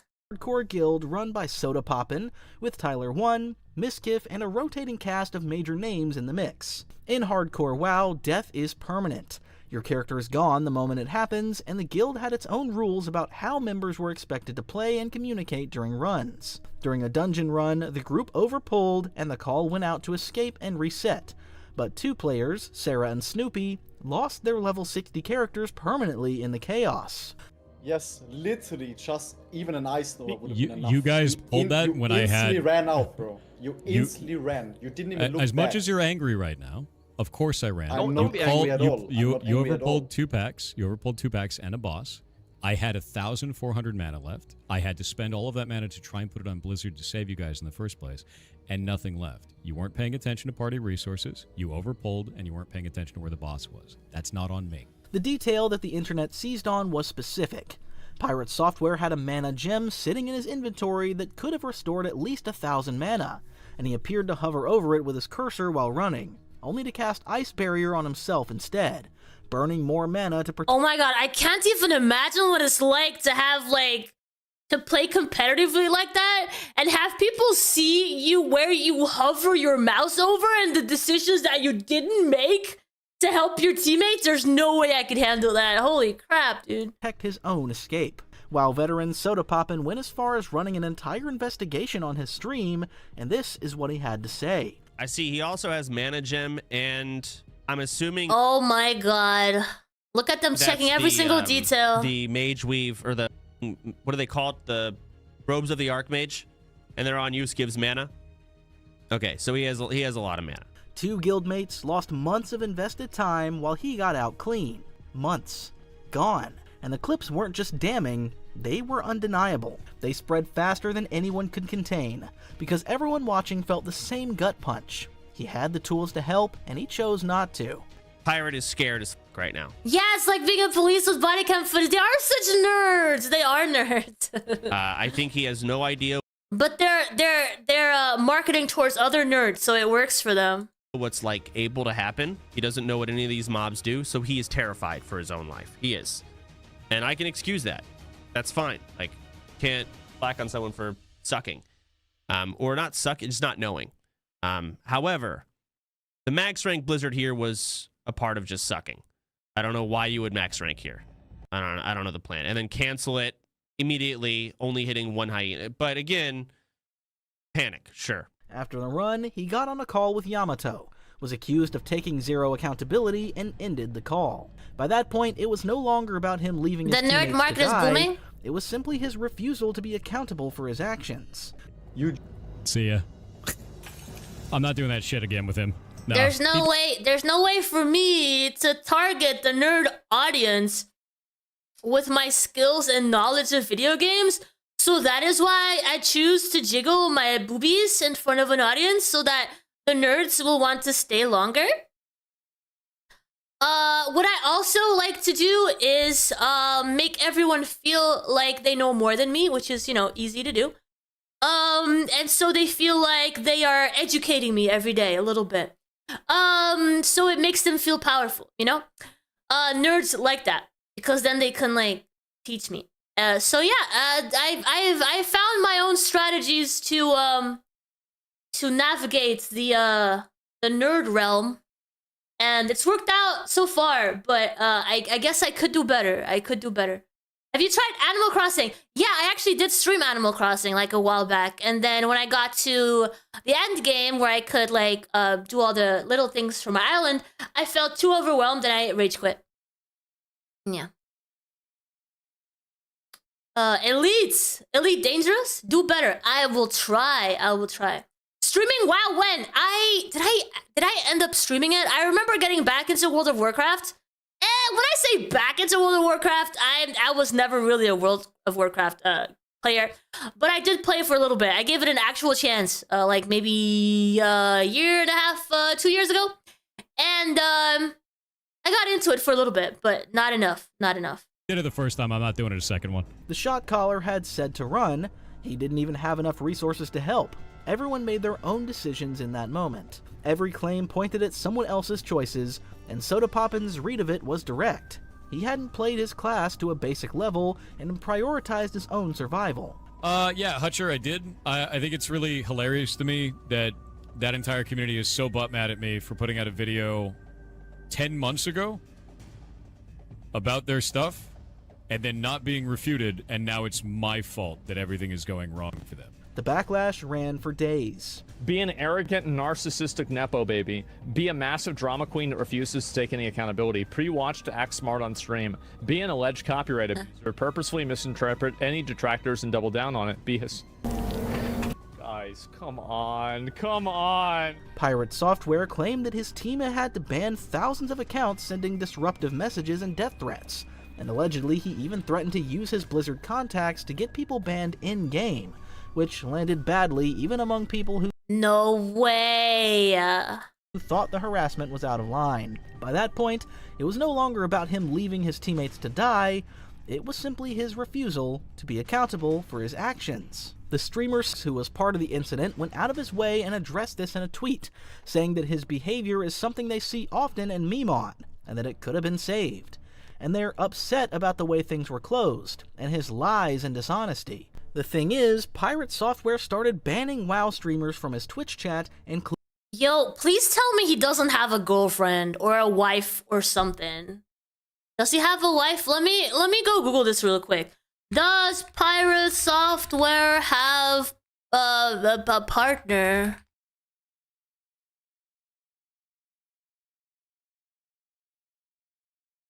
No, not a partner like that. Wife, girlfriend, God. Please. There's no public information regarding romantic life. Well, that makes sense. That makes sense. So he doesn't have a girlfriend. I'm glad he doesn't. Well, what I mean is, I cannot imagine, women, having a lot of patience for him. Including Snoopy, who confirmed he never sent a single message in Pirate Software's chat. Final Fantasy XIV? You mean the game with extensive free trial that is up to the award-winning Stormblood expansion? Yeah, I love that game too.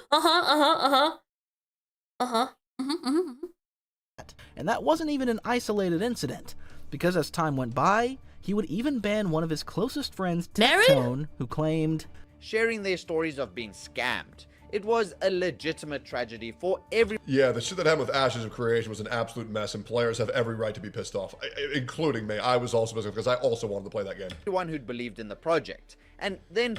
They shut that shit down so quick. Pirate Software rolled up to defend the developer. Soda Poppin's final word... No, Pirate Software, you defended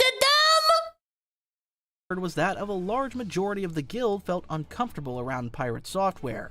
And that was enough. And this is all he had to say in defense of his case. And to be real with you, the way that streaming works, the way that streaming has always worked...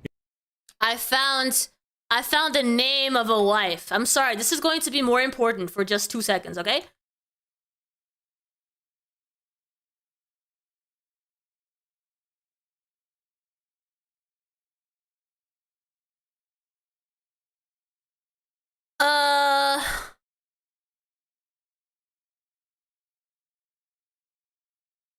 Okay, well, never mind.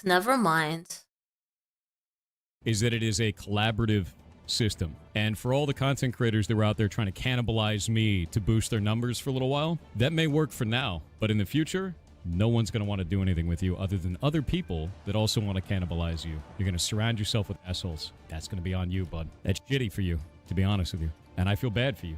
Straight up. So have your minute and have fun. Oh, it's not that deep? In the last 24 hours, we've had 2 swatting attempts. We've had thousands of messages sent to our moderators, many of which were death threats. We've had to ban people all over every one of these platforms. I don't give a shit what any of these people think at this point.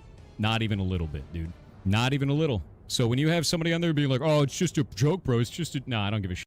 No, I'm done with you. And Yeah, that's the information that I got. But then when I looked up the girl's name, she wasn't showing up too much. So I don't want to shine a light on something that is private, you know? every one of those people gets banned, dude. Don't care. Legit don't care anymore. I have never seen such a massive wave of hateful dog shit human beings in my life. And I'm going to get rid of every one of them. And you can have fun with that.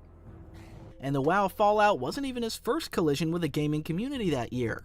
From mid-2024 through early 2025, Pirate Software had been one of the most visible advocates for Ashes of Creation, an MMO that had been in development for years and was struggling under the weight of its own promises. Yeah, so one of the biggest things about this MMO that's different is that in a normal theme park MMO like World of Warcraft, you are assigned objectives.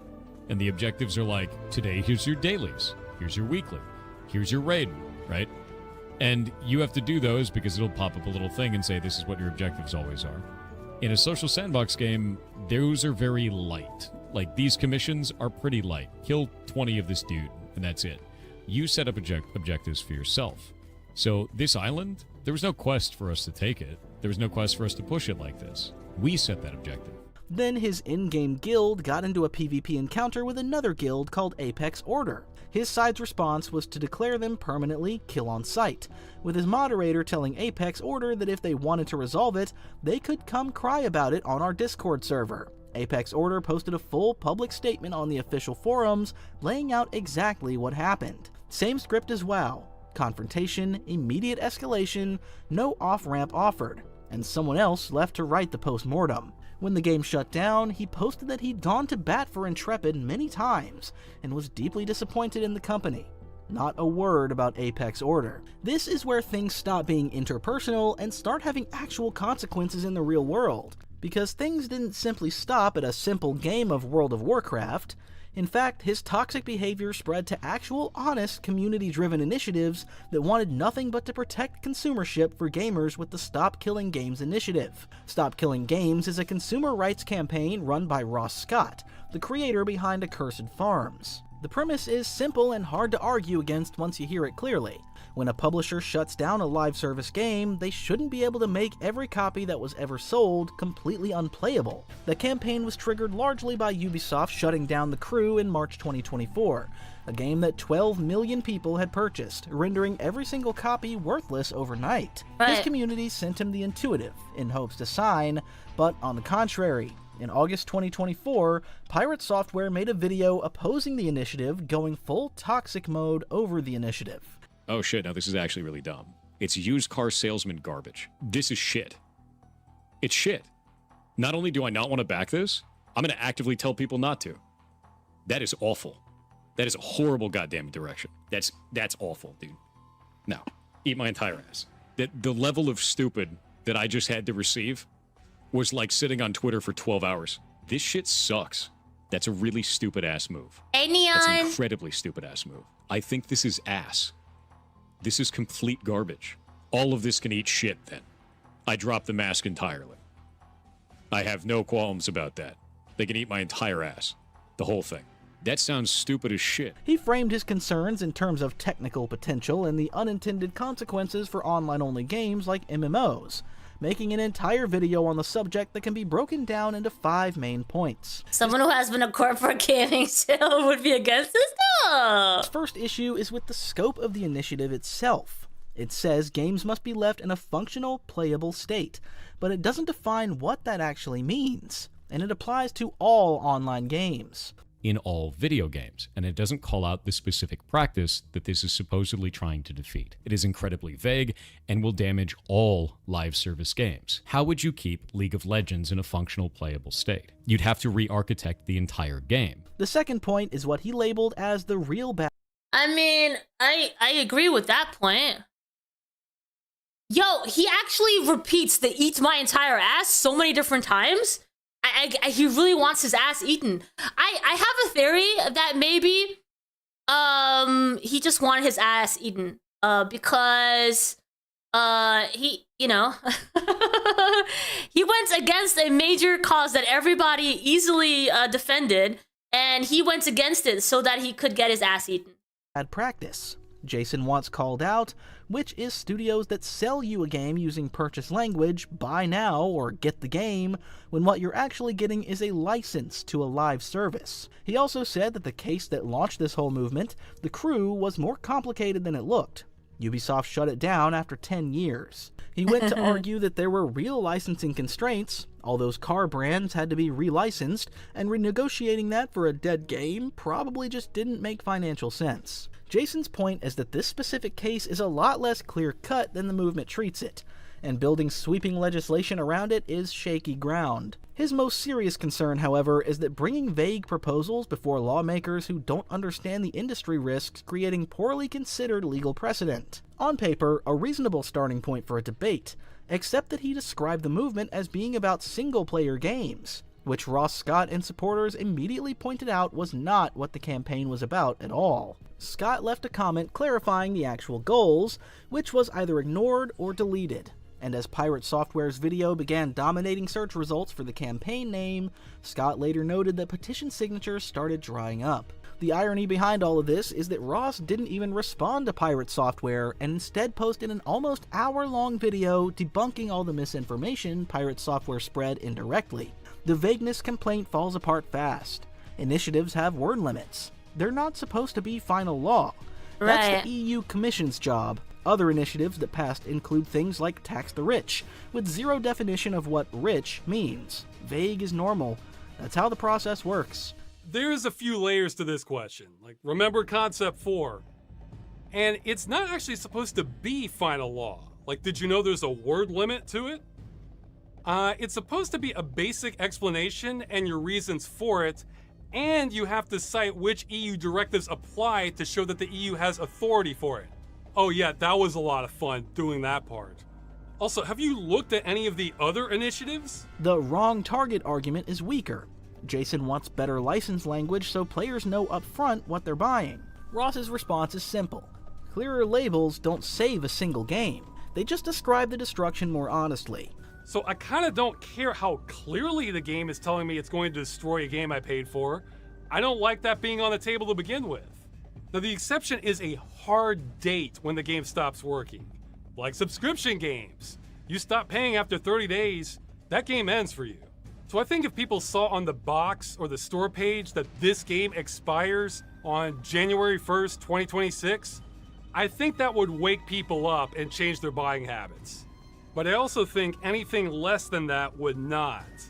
This becomes a very psychological thing then, and it's a way riskier route to saving games than what we're doing. On The Crew, Ross is direct. That case and the initiative are two separate things entirely. The initiative is about games that don't even exist yet. How does Ubisoft and The Crew relate to this initiative? That's completely separate from this initiative. That was about reporting to consumer protection agencies, and that's largely underway. So those are two different things. You don't have to be connected to The Crew for any of this. The dangerous precedent concern ignores what's already happening. Hundreds of games gone. The industry trending harder toward online only every year. The dangerous precedent is doing nothing. Well, he is somehow very proud of his hacker history that he has behind him, which, you know, if we were to believe the his old colleague from Blizzard, he exaggerated the term hacker extremely. So yeah, but he's very proud of that apparently. Maybe that's where the pirate aspect of his name comes from, I don't know. In fact, it's become so recurrent that many games are following the same recipe. Babylon's Fall and Knockout City are just two examples out of many. Then came 10 months of silence. And then June 2025, when Scott uploaded a video called The End of Stop Killing Games, addressed the misinformation directly, and named Pirate Software specifically. But if I did a response video, which is not something I wanted to do anyway, then it might look like drama farming, which could understandably turn off a lot of people from the campaign, because it's not about that at all. So I quickly made this video trying to clear up all misconceptions and concerns about the initiative, with timestamps for everyone's questions, hoping the truth would eventually come out. The next day, Moist Critical dropped his own video, revealed he'd spent 2 hours in private DMs with Pirate Software trying to sort it out, and reported the conversation had gone nowhere. And this is something you start to notice with Jason. He comes in calm, he sounds reasonable, he lists his points. but somewhere in every video, he says some version of "you're not going to change my mind." And this is something— Yeah, that's the high horse speaking, right? No matter what, this is my opinion and I'll stand on it. something that he discussed with a certified— There's just no way for him to be wrong. psychologist on livestream. I think sometimes the things that I talk about in regards to those types of things is misconstrued as... He's full of it. If I had to boil it down, is grifting, because obviously he has no idea how to be a hacker, but he's smart enough to play it off to... That's what people's hopes. It's 100%. And I've met people like that too. People who have really good vocabulary, people who are very knowledgeable in a lot of different areas, people who like to read. And so it's very easy to fall into that trap because they sound like they know what they're talking about, but they don't. Arrogance or boasting, when in reality, I'm just trying to give context. So that is the problem right there. So I want you to listen to this phrase. Sure. This gets misconstrued as arrogance, but in reality, it's this. Yeah. That is the most arrogant statement on the planet, bro. Like, tell me I'm wrong. Okay. I don't see it that way, but all right. Right? So, oh yeah, so... Then PewDiePie weighed in, stating that he completely supports the initiative. Then Jacksepticeye and Asmongold, and the petition exploded as a direct result, with the EU petition crossing 1 million signatures on July 3rd and the UK Parliament petition hitting 100,000 the day before, guaranteeing a parliamentary debate. Pirate Software responded with a nearly 1,200-word post on X in which he wrote, I believe there's probably many aspects of his life where he feels very insecure.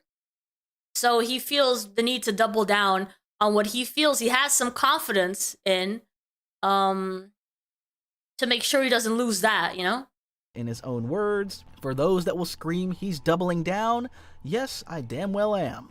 He cited swatting and harassment, all of which were probably real and none of which was the point, because the pattern was running again. Make the story about being attacked, skip the part where you address whether you were wrong, and repeat until the news cycle moves on. It didn't move on this time.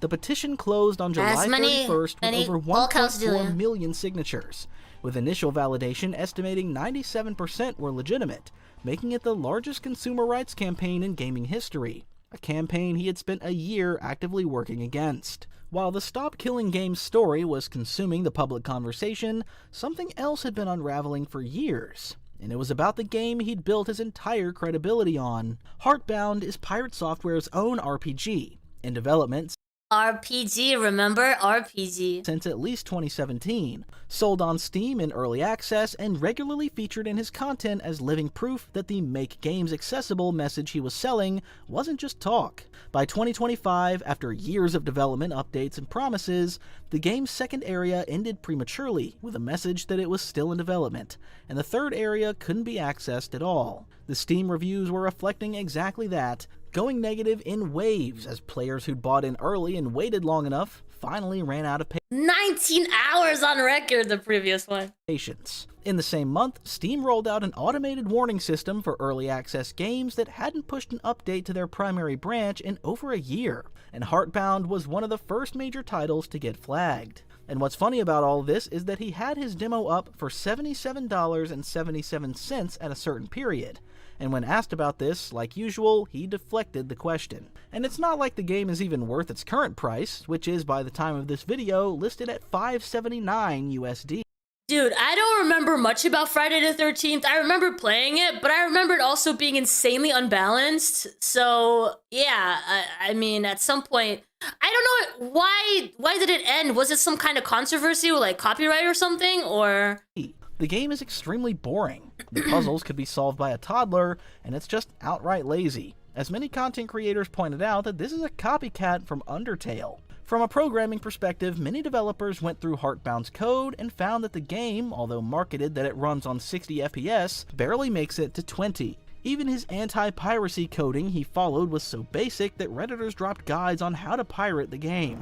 Then came the clips that recontextualized the whole thing. A stream moment surfaced of Pirate Software saying plainly, on record, that he doesn't enjoy narrative RPGs, the exact genre his game lives in, and the exact genre his audience had trusted him to care about when they handed him money for it. $19,000 from Kickstarter alone. And then the hype train. the untouchable peak of his career got its own second act. In July 2025, Discord screenshots leaked showing a conversation between Pirate Software and his moderator Kronos about the mechanics of bulk bit purchases and keeping the train running. The log showed Pirate Software explaining that bits bought in bulk carry an 82% return rate to the streamer. The allegations were that the world record had been partly engineered, that a mod had been cycling money back into the stream to keep the numbers climbing. To which he responded, Like, that's been a public thing forever. I think I even talked about it on there. That's against TOS, though? No, it is not against TOS. It is absolutely not against TOS to have somebody use their own money to buy subs and bits for the channel if they want to. That in no way was triggered by me, nor was he compensated for that or reimbursed for it. That is not against TOS. So it's a shit joke at this point. Just because you heard it on YouTube doesn't mean it is. In fact, I guarantee that you could go to thousands and thousands of communities across this entire platform and find lots of different moderators supporting the stream. Do you know why? Because moderators are generally the first fans of the stream. That is how that works in every community on this platform. And people somehow don't understand that because you're blinded by your dislike of me. And I understand that you're upset at me, but you have to stop making shit up to be mad about. It's stupid at this point. And while all of that was playing out, he found a new target, a small one. Brendan Ferrantino was a solo developer building a game called Idle Streaming Bonanza, a parody where you play through famous streamer controversies as levels. Dr. Disrespect had a level, Pokimane had a level, XQC has a level. In January 2025, Ferrantino added a new one called Irate Hardware, a cockroach in a gaming chair with a voice line from Pirate Software's own stream.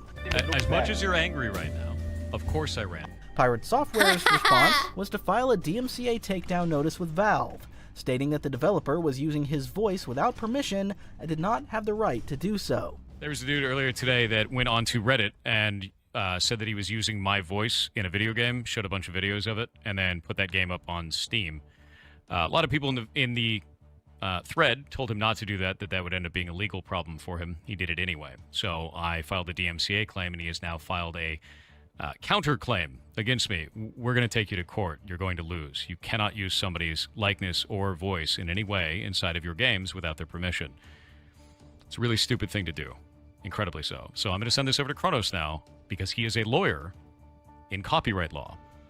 Ooh, Kronos is a lawyer in copyright. Ooh, okay. Fancy mod you got there. That is his job. Here's the problem. The Steam version of the game didn't actually contain Pirate Software's voice. The clip Ferrantino had posted was from his personal development build, not that's hilarious. the marketplace build, and not a single. Yo, you just helped him promote the game, dude. It doesn't even have your voice in it. Single person from Pirate Software's team had actually played the demo before the takedown was filed, therefore sending an unlawful DMCA claim. The issue with this was Pirate Software's hypocrisy.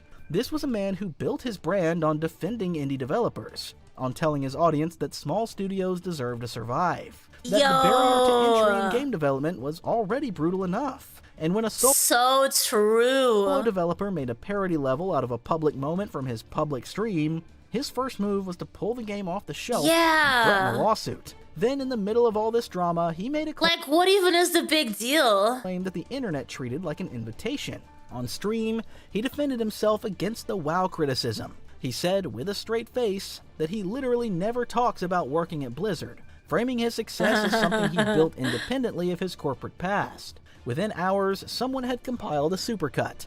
Hundreds of clips from his... Yo, it's so funny when a content creator has so much hate.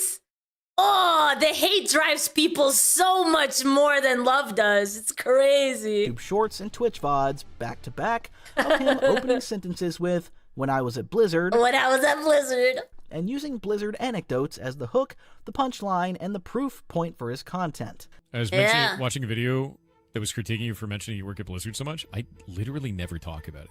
When I worked at Blizzard, I did that for Blizzard. Blizzard, 7 years, yeah. Blizzard. I used to work at Blizzard Entertainment. Used to work at Blizzard Entertainment. You're red team specialist for Blizzard Entertainment. And Blizzard. Because having worked at Blizzard, I grew up at Blizzard. Blizzard. Game industry for Blizzard Entertainment. Blizzard. Yeah, no, I worked at Blizzard back when I used to work at Blizzard when I was at Blizzard. For those who don't understand, like I used to work at Blizzard Entertainment. I know how to do that because I worked at Blizzard. Your Blizzard stories are fake. Which Blizzard story do you think is fake? Would you like to talk to me or my dad that worked at Blizzard for 23 years? Oh, would you like to talk to me or would you like to talk to Daddy? Daddy, who has been working at Blizzard for 23 years.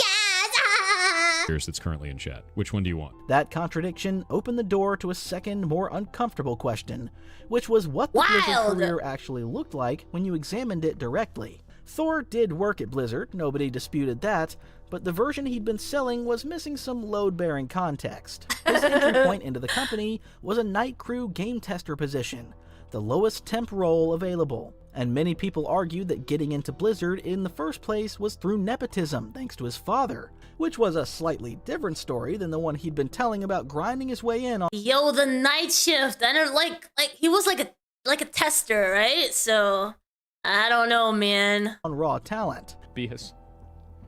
Guys, come on, come on. In fact, he's been exposed by Cynthia, an ex-roommate and co-worker. See, this YouTuber called Quinthio got in contact with a girl named Cynthia who worked at Blizzard for 5 years and was actually Pirate's superior while QA testing on Diablo 3. Now, because they shared the same last name, management assumed they were siblings and assigned Pirate to her team, hoping she would keep him from being more of a problem. And while Cynthia says that Jason was a nice person socially, she also claimed that from day one, he was just browsing Reddit all day, ignoring tasks, and actively holding the team back. But when and I mean, there could be many reasons for this, right? But the fact that this girl has so many negative opinions about Pirate, and then when he needs a room, she's like, yeah, you can come in, you can be my roommate. Like, what is up with that? Like, if you already hate this guy at your workplace, why would you accept the same guy that you hate at the workplace in your own home? she and others tried to escalate the issue, the higher-ups basically said that they can't do anything about it because his dad was an executive at the company. So just textbook nepotism right there. Then things got worse when Cynthia claimed that during a children's charity league event, Pirate Software would be screaming at his co-workers and making people uncomfortable, but the worst part was when Jason ended up being Cynthia's roommate because apparently living with Pirate Software was such a nightmare that shortly after him moving in, her apartment was a disaster, she was asking him to leave early, and while cleaning up the mess that he left behind, Cynthia said that his walls were covered in either snot or some other gooey substance that made her never want to room with a guy ever again. The thing that tied all of it together was the pattern underneath. He'd used a cybersecurity and QA background to position himself as an authority on game design and programming. Two areas where his actual track record, the one you could examine directly rather than take on faith, told a completely different story. He had never held a lead design or engineering role at Blizzard, and that's according to his LinkedIn page. And the game that was supposed to demonstrate his development chops had been in an unfinished state for the better part of a decade. He had never held a lead design or engineering role at Blizzard, and the game that was supposed to demonstrate his development chops had been in an unfinished state for the better part of a decade. The reputation of one of the biggest companies in gaming history had been doing a lot of heavy lifting for a long time, and once people started weighing it against the actual output, the math stopped working. And even his game jams, one of the many things that made him popular, turned out to be a fraud. Pirate Jam had been a fixture of his brand for years, framed as a community event where developers of all skill levels could build something in 2 weeks, get feedback, get visibility. Wait. I need to understand more about that. Game Jam. Oh, Jesus Christ. Pirate Software Game Jam. What's that all about? Make video games!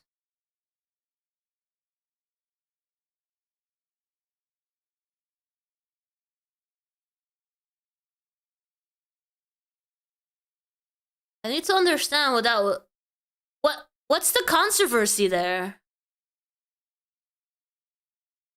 Months ago, they had jam winners.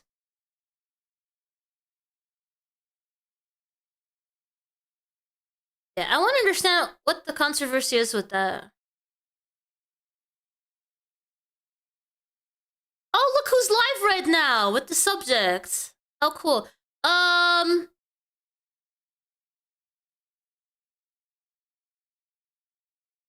how not to make a game. Yeah, maybe they'll explain it. And maybe get noticed by someone with a real platform. The whole point of game jams is to grow as a developer. You get 2 weeks that you've given to yourself to learn as much as you want to learn. You don't have to submit. You're not going to let me down. You're not going to let yourself down. You're not going to have to do any of this. So what you should do is just do it. Learn some shit and have fun. And it makes all the things that you do in the future better. And you don't have to worry about how many people play your game or what score you get or, you know, if the judges like it or not. What you worry about is, did I build something and can I enjoy building a thing again? That's it. It's fun. On paper, a genuinely good thing to offer. Yeah. In practice, participants who'd actually been through it started posting, and the picture they painted was ugly in a very specific way. The structure was the first problem. Community voting was disabled entirely, which is the main standard for game jams. Judges admitted to spending 5 minutes per game. Pirate Jam 15 was won by a game with zero theme implementation, widely believed to be because it featured Thor's ferrets. Pirate Jam 17 No! top 10 included games described as barely playable, while stronger entries got nothing. And when one participant left a critical review of a winning game, the review was deleted and they were permanently banned. An MMO team got accused of cheating by an official judge. A controversy that the streams were supposed to be the patron goals of him building the game. Instead, he stops doing that and plays the game instead of decompress. Mid-jam, Thor called their game incredible on stream, and they still didn't make top 10. The VOD chat and the developer's reply to the deleted review are both still live, which means anyone watching this can go verify it right now. By this point, he lost any kind of credibility he ever had, and as such, he simply disappeared. Quite recently. By 2026, the strategy had shifted toward damage control dressed up as a pivot, with less controversy-adjacent content and more indie game streams and coding sessions. The breakdown graph explains that he spent all the time making the game on stream for about 3 to 4 months before streaming game for about 7 to 9 months, right? A visible attempt to return to what had made the early channel work before any of this happened. His YouTuber subscriber count has settled around 1.97 million, still bleeding a few thousand a month, while his Twitch active sub count, which had peaked at 80,861 during the record hype train, sat around 2,800. His per video view count had cratered to around 5,000, and for context, at his peak, he was doing 200 million views a month, so the math on how far he'd fallen is genuinely brutal. What makes the comeback attempt hard to watch isn't the declining numbers, but the one ingredient that's consistently absent from every step of the recovery: a direct, unqualified acknowledgement that something went wrong. Not "I was harassed," not "I stand by my position," just a sentence that would actually mean something, which is Pirate saying he's sorry for his mistake. A simple, mature sentence that, by not saying it, has cost him his... How old do you guys think he is? Don't look this up, just tell me how old you think this guy is. ...entire YouTube career. That clip doesn't exist anywhere. Here's the thing about Pirate Software that makes this whole story worth sitting through. Mid-30s? I don't know, there's something about his face that makes him look older than that. Yeah, I think 40s. He wasn't a con artist who showed up with nothing. The resume was real. The technical knowledge was genuine. And for a lot of people who wanted someone to talk about the games industry like a grown adult, he actually filled that gap. He earned the audience. The hair throws it off. He'd look younger with a haircut, probably. That part is true. What he never figured out was how to stay human once the numbers got big. Every single controversy in this video ran the exact same script. Something happens, he jumps straight to defense mode, critics get reframed as a mob coming after him, then silence. Then a quiet pivot forward, acting like the previous chapter is now Nerds closed and look nobody should older. bring it up again. And the audience kept watching, kept hoping the next one would be different. It never was. And at some point that stops being something you chalk up to a bad week or outside pressure, it starts being your answer about who someone actually is. The part that stings the most is how simple the fix was. One sentence. Not a PR statement, not a 1,200 Yo, he's apparently 38. word post on X, not a vague reference to harassment, just, I was wrong, and I'm sorry. Unprompted. No asterisks attached. That clip does not exist anywhere in his catalog, and that absence, more than any Looks it. Okay, so this was the video from Quintheo, who has been pretty vocal about Pirate Software, from just 6 days ago. You were the closest. You were. Pirate Software allegedly got a Twitch streamer banned for making fun of him. Cool. Yeah, I was looking to produce some more magic Really? cards, so awesome. To start things off, let me go ahead and set the stage. Currently, there is a really big event going on hosted by the Burnt Peanut called Peanut's Wasteland. It's a major Rust streamer server that launched on April 3rd. It's been going through. And an individual who's been participating in this huge event is a streamer named I'm Fetus. They're boasting a sweet 100,000 followers on their I'm Fetus. He looks very trolly. Oh, he doesn't actually use... Okay, he doesn't use an avatar. He uses his face, but... I'm Fetus is a cool name. Twitch channel, and as you can see here, they are currently banned due to a violation of Twitch's community guidelines. Now, I want to make this clear now, as I'm trying to be respectful and fair to both parties here. We don't know if Pirate is the direct reason for this suspension. A lot of people I'm Fetus, yeah. believe that to be the case, and we are currently waiting to... Except he's a grown man. But he calls himself I'm Fetus. hear an official response from I'm Fetus. I've reached out to him directly in hopes to get an interview with him to chat more about what's going on. And as for now, I want to show you guys all the available information, what Fetus learned from getting the suspension, which was not very much, which is very confusing, and essentially catch you guys up to speed before we get more information, hopefully down the road here. I've got a few clips to show you. These have just been archived by random people that I've been able to reach out to get some of this, but because he ended up getting suspended, all of the very recent clips, past broadcasts, ended up getting removed as well. TLDR, in this Rust server, I'm Fetus decided to do a parody of Pirate Software, and I won't lie, he's pretty good at it. Lock in, chat. All right. Oh, come on! You got offended by this? Oh my god, you're so weak, dude. Are you serious? Let's go. Everybody gather around. We're hit. This is funny! So where I used to work. Oh my god! He used to this says Blizzard. Blizzard Entertainment. That's right. Over 6 years. Some of the best development. Great times. Alright, so here we are. Yeah, moving inside. Got a photograph of my mage. Look at that. This is so good! There I am. Yeah. That was me right before my entire team got wiped. Yeah, idiots. Should have listened to the callouts. Should have listened to the callouts.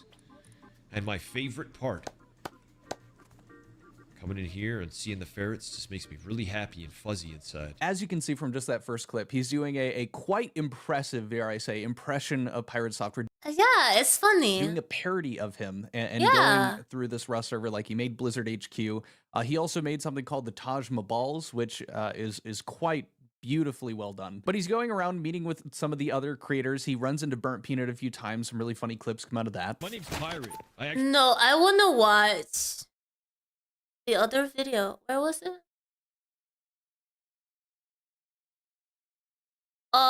Wait. It doesn't tell me. Lock in, chat. All right. Okay, I'm Fetus. Yo, Thick Gemini! Welcome in! I heard you left the LCU again. And now you're besto friendos with ALR and Scooter. How's that going? How's that going? Are you guys starting a universe? What's happening? Tell me everything. Oh my gosh. Welcome in, everyone. Welcome in. We're going through Pirate Software. It's a recent controversy. Unrelated, but WoW had a painting that was often in buildings depicting a barely dressed lady posing on a couch. Someone got offended and the model was replaced by a painting of a bowl of fruit. That is so boring. That could have been so much more interesting, but people were like, no, no, no, no, no. People get so mad over nothing. So Pirate Software. Oh, okay, no. I'm Fetus. Let's see. I want the video. Peanut, shocked. I'm Fetus got banned for this. No, I want. Where is it? Hey, no universe, just friends helping each other and streaming. All right. Okay. Okay. I got you. I got you. Well, I appreciate the redirect. Hope you guys had fun.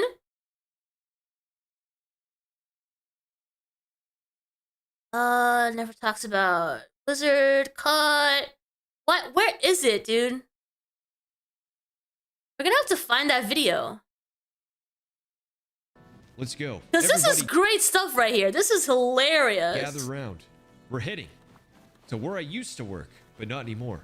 Blizzard Entertainment. Blizzard Our Entertainment. team As you can see from just that first clip, he's doing also made something called the Taj Mahals, which is quite I want to go see the Taj Mahals.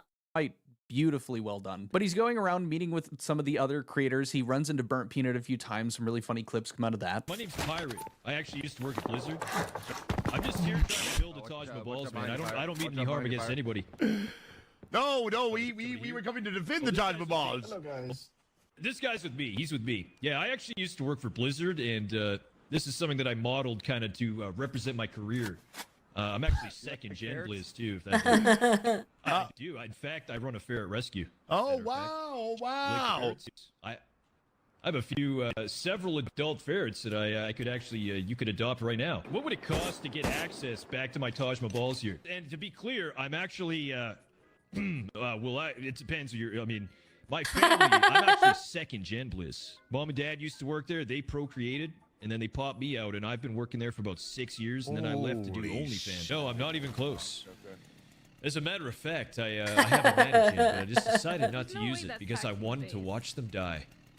Yeah, I said it. Like I said, just some really funny bits where he's just really repeating some of the very classic stuff. Dude, what premise does it, like... What are you doing when... you are suppressing this kind of like humor episode. Like why are you so insecure and weak that you would have to go after a creator that's like literally highlighting you? But yeah, maybe making fun of you a little bit, which is what happens when you're a bigger streamer. Like, what's the big deal?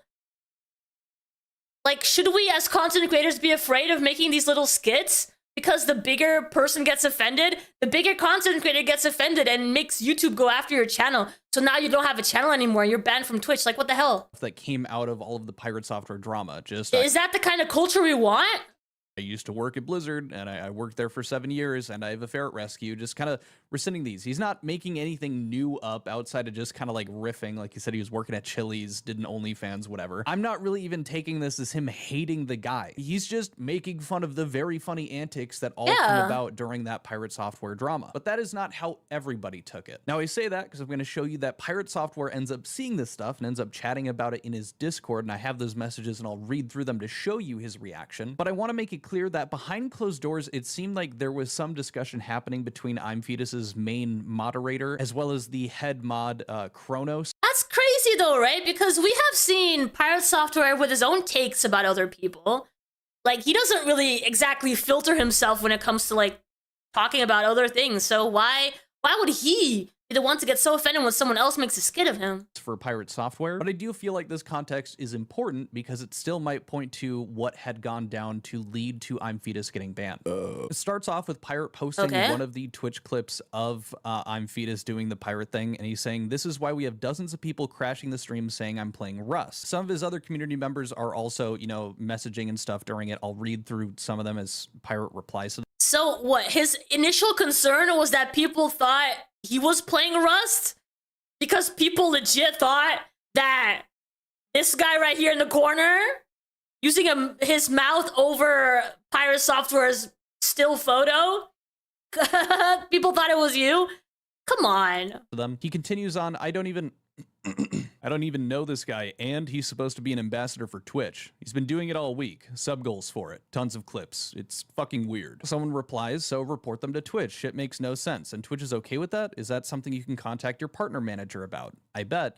He responds back, Twitch has not given a shit. They keep going, they won't, but they're using your likelihood to earn money, and I think you can— Oh, come on. Go legal with that, which is a crazy line. And Pirate himself also, you know, thinks that that's a bit insane. He replies to them saying, lol, no. Someone else had said, surprised other streamers are okay with it. He replies back, I'm not. Following up, he posts a clip of him showing off Blizzard HQ, and another post here from Twitch clips.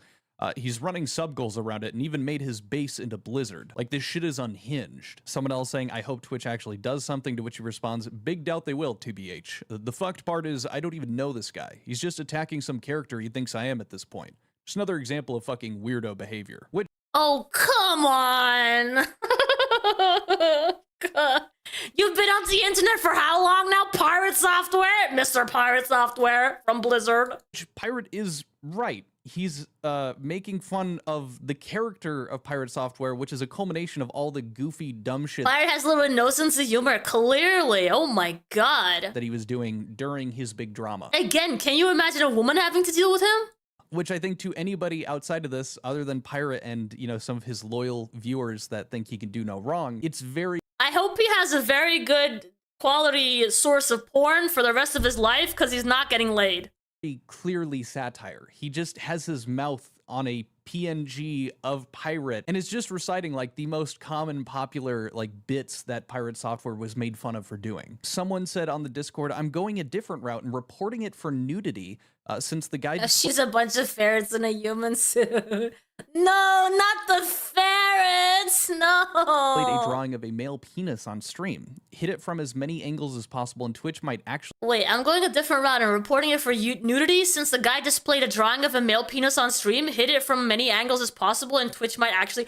Are you serious? care about one of them. Pirate responds, honestly, that is hilarious. Sure, you just forgot to type stay frosty at the end. Now, following a bit of this discourse, it got back to I'm Fetus, and his head mod ended up reaching out to, you know, Pirate's Discord, and there seemed to be some discourse between him and Kronos like I was talking about earlier. This is a message on Pirate's server where Kronos is saying, he's talking about someone, saying that someone's spreading claims, and then just whatever, just confirming that I'm chatting with Dead Moose who has reached out to me.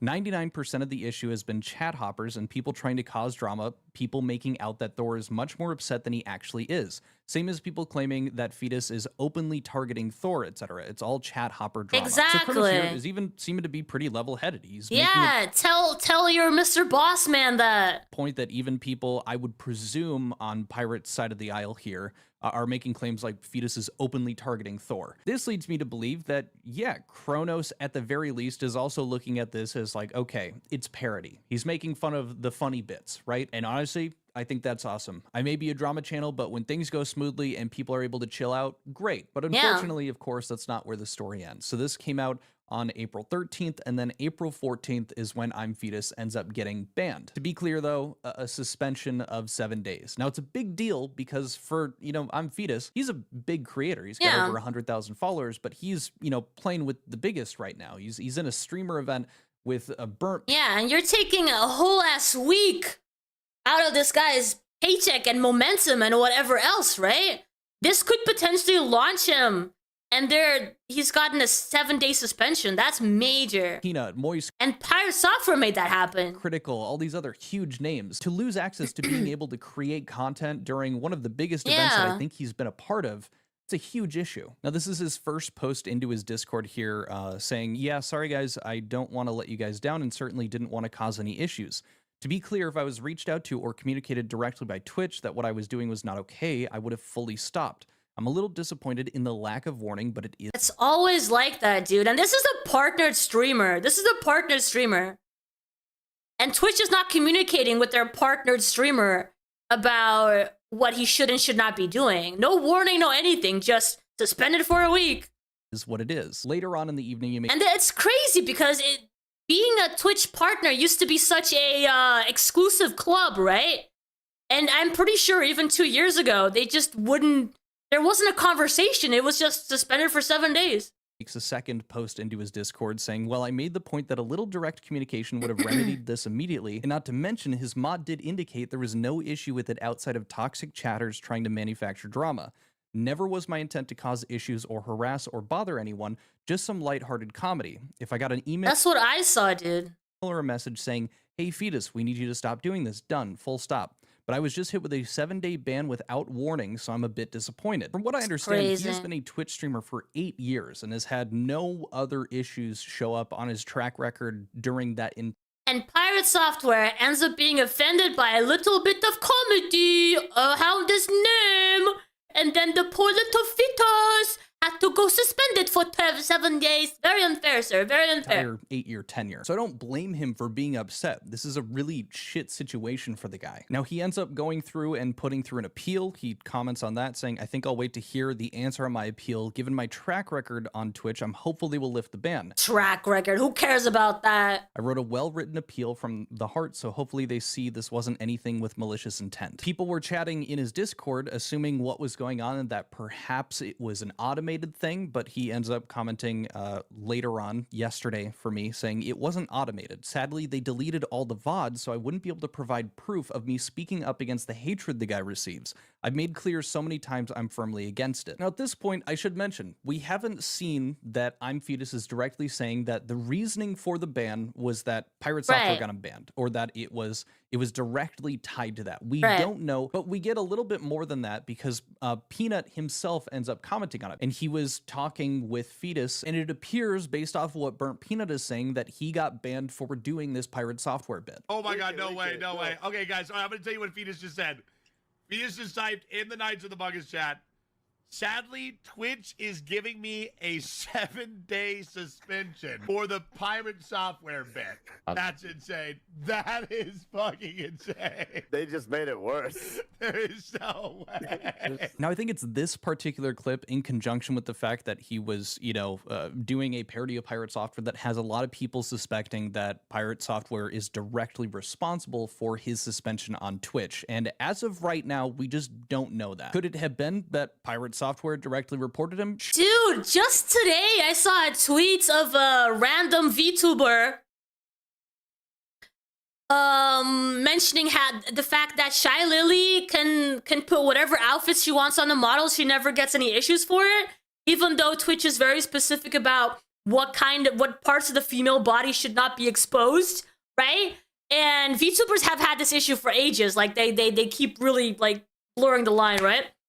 And Shy Lily apparently gets away with a bunch of stuff, and this streamer was retweeting something, and she was like, "Oh, did you guys know that Shy Lily was allegedly having sex with Twitch staff, and that's why she gets away with all this stuff?" Like, dude, come on, be reasonable.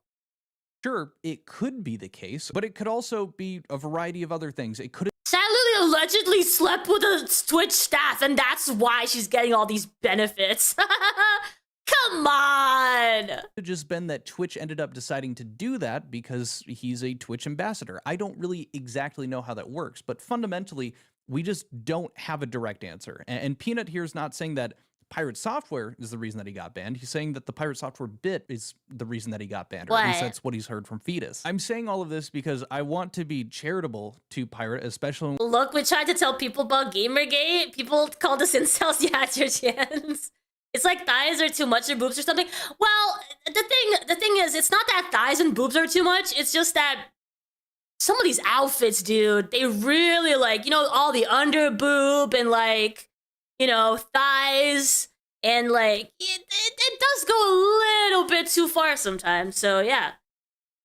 When we don't know conclusively if he is to blame for this or if it's just Twitch doing their own thing. I'm in agreement with Fetus and pretty much I think most other people that I don't think that Pirate deserves unwarranted hate. Just because he's done dumb shit in the past doesn't mean that he should get shit for stuff that he isn't doing. Like if Twitch is doing this and it's very clearly being done in a comedic— Stop looking at my belly button.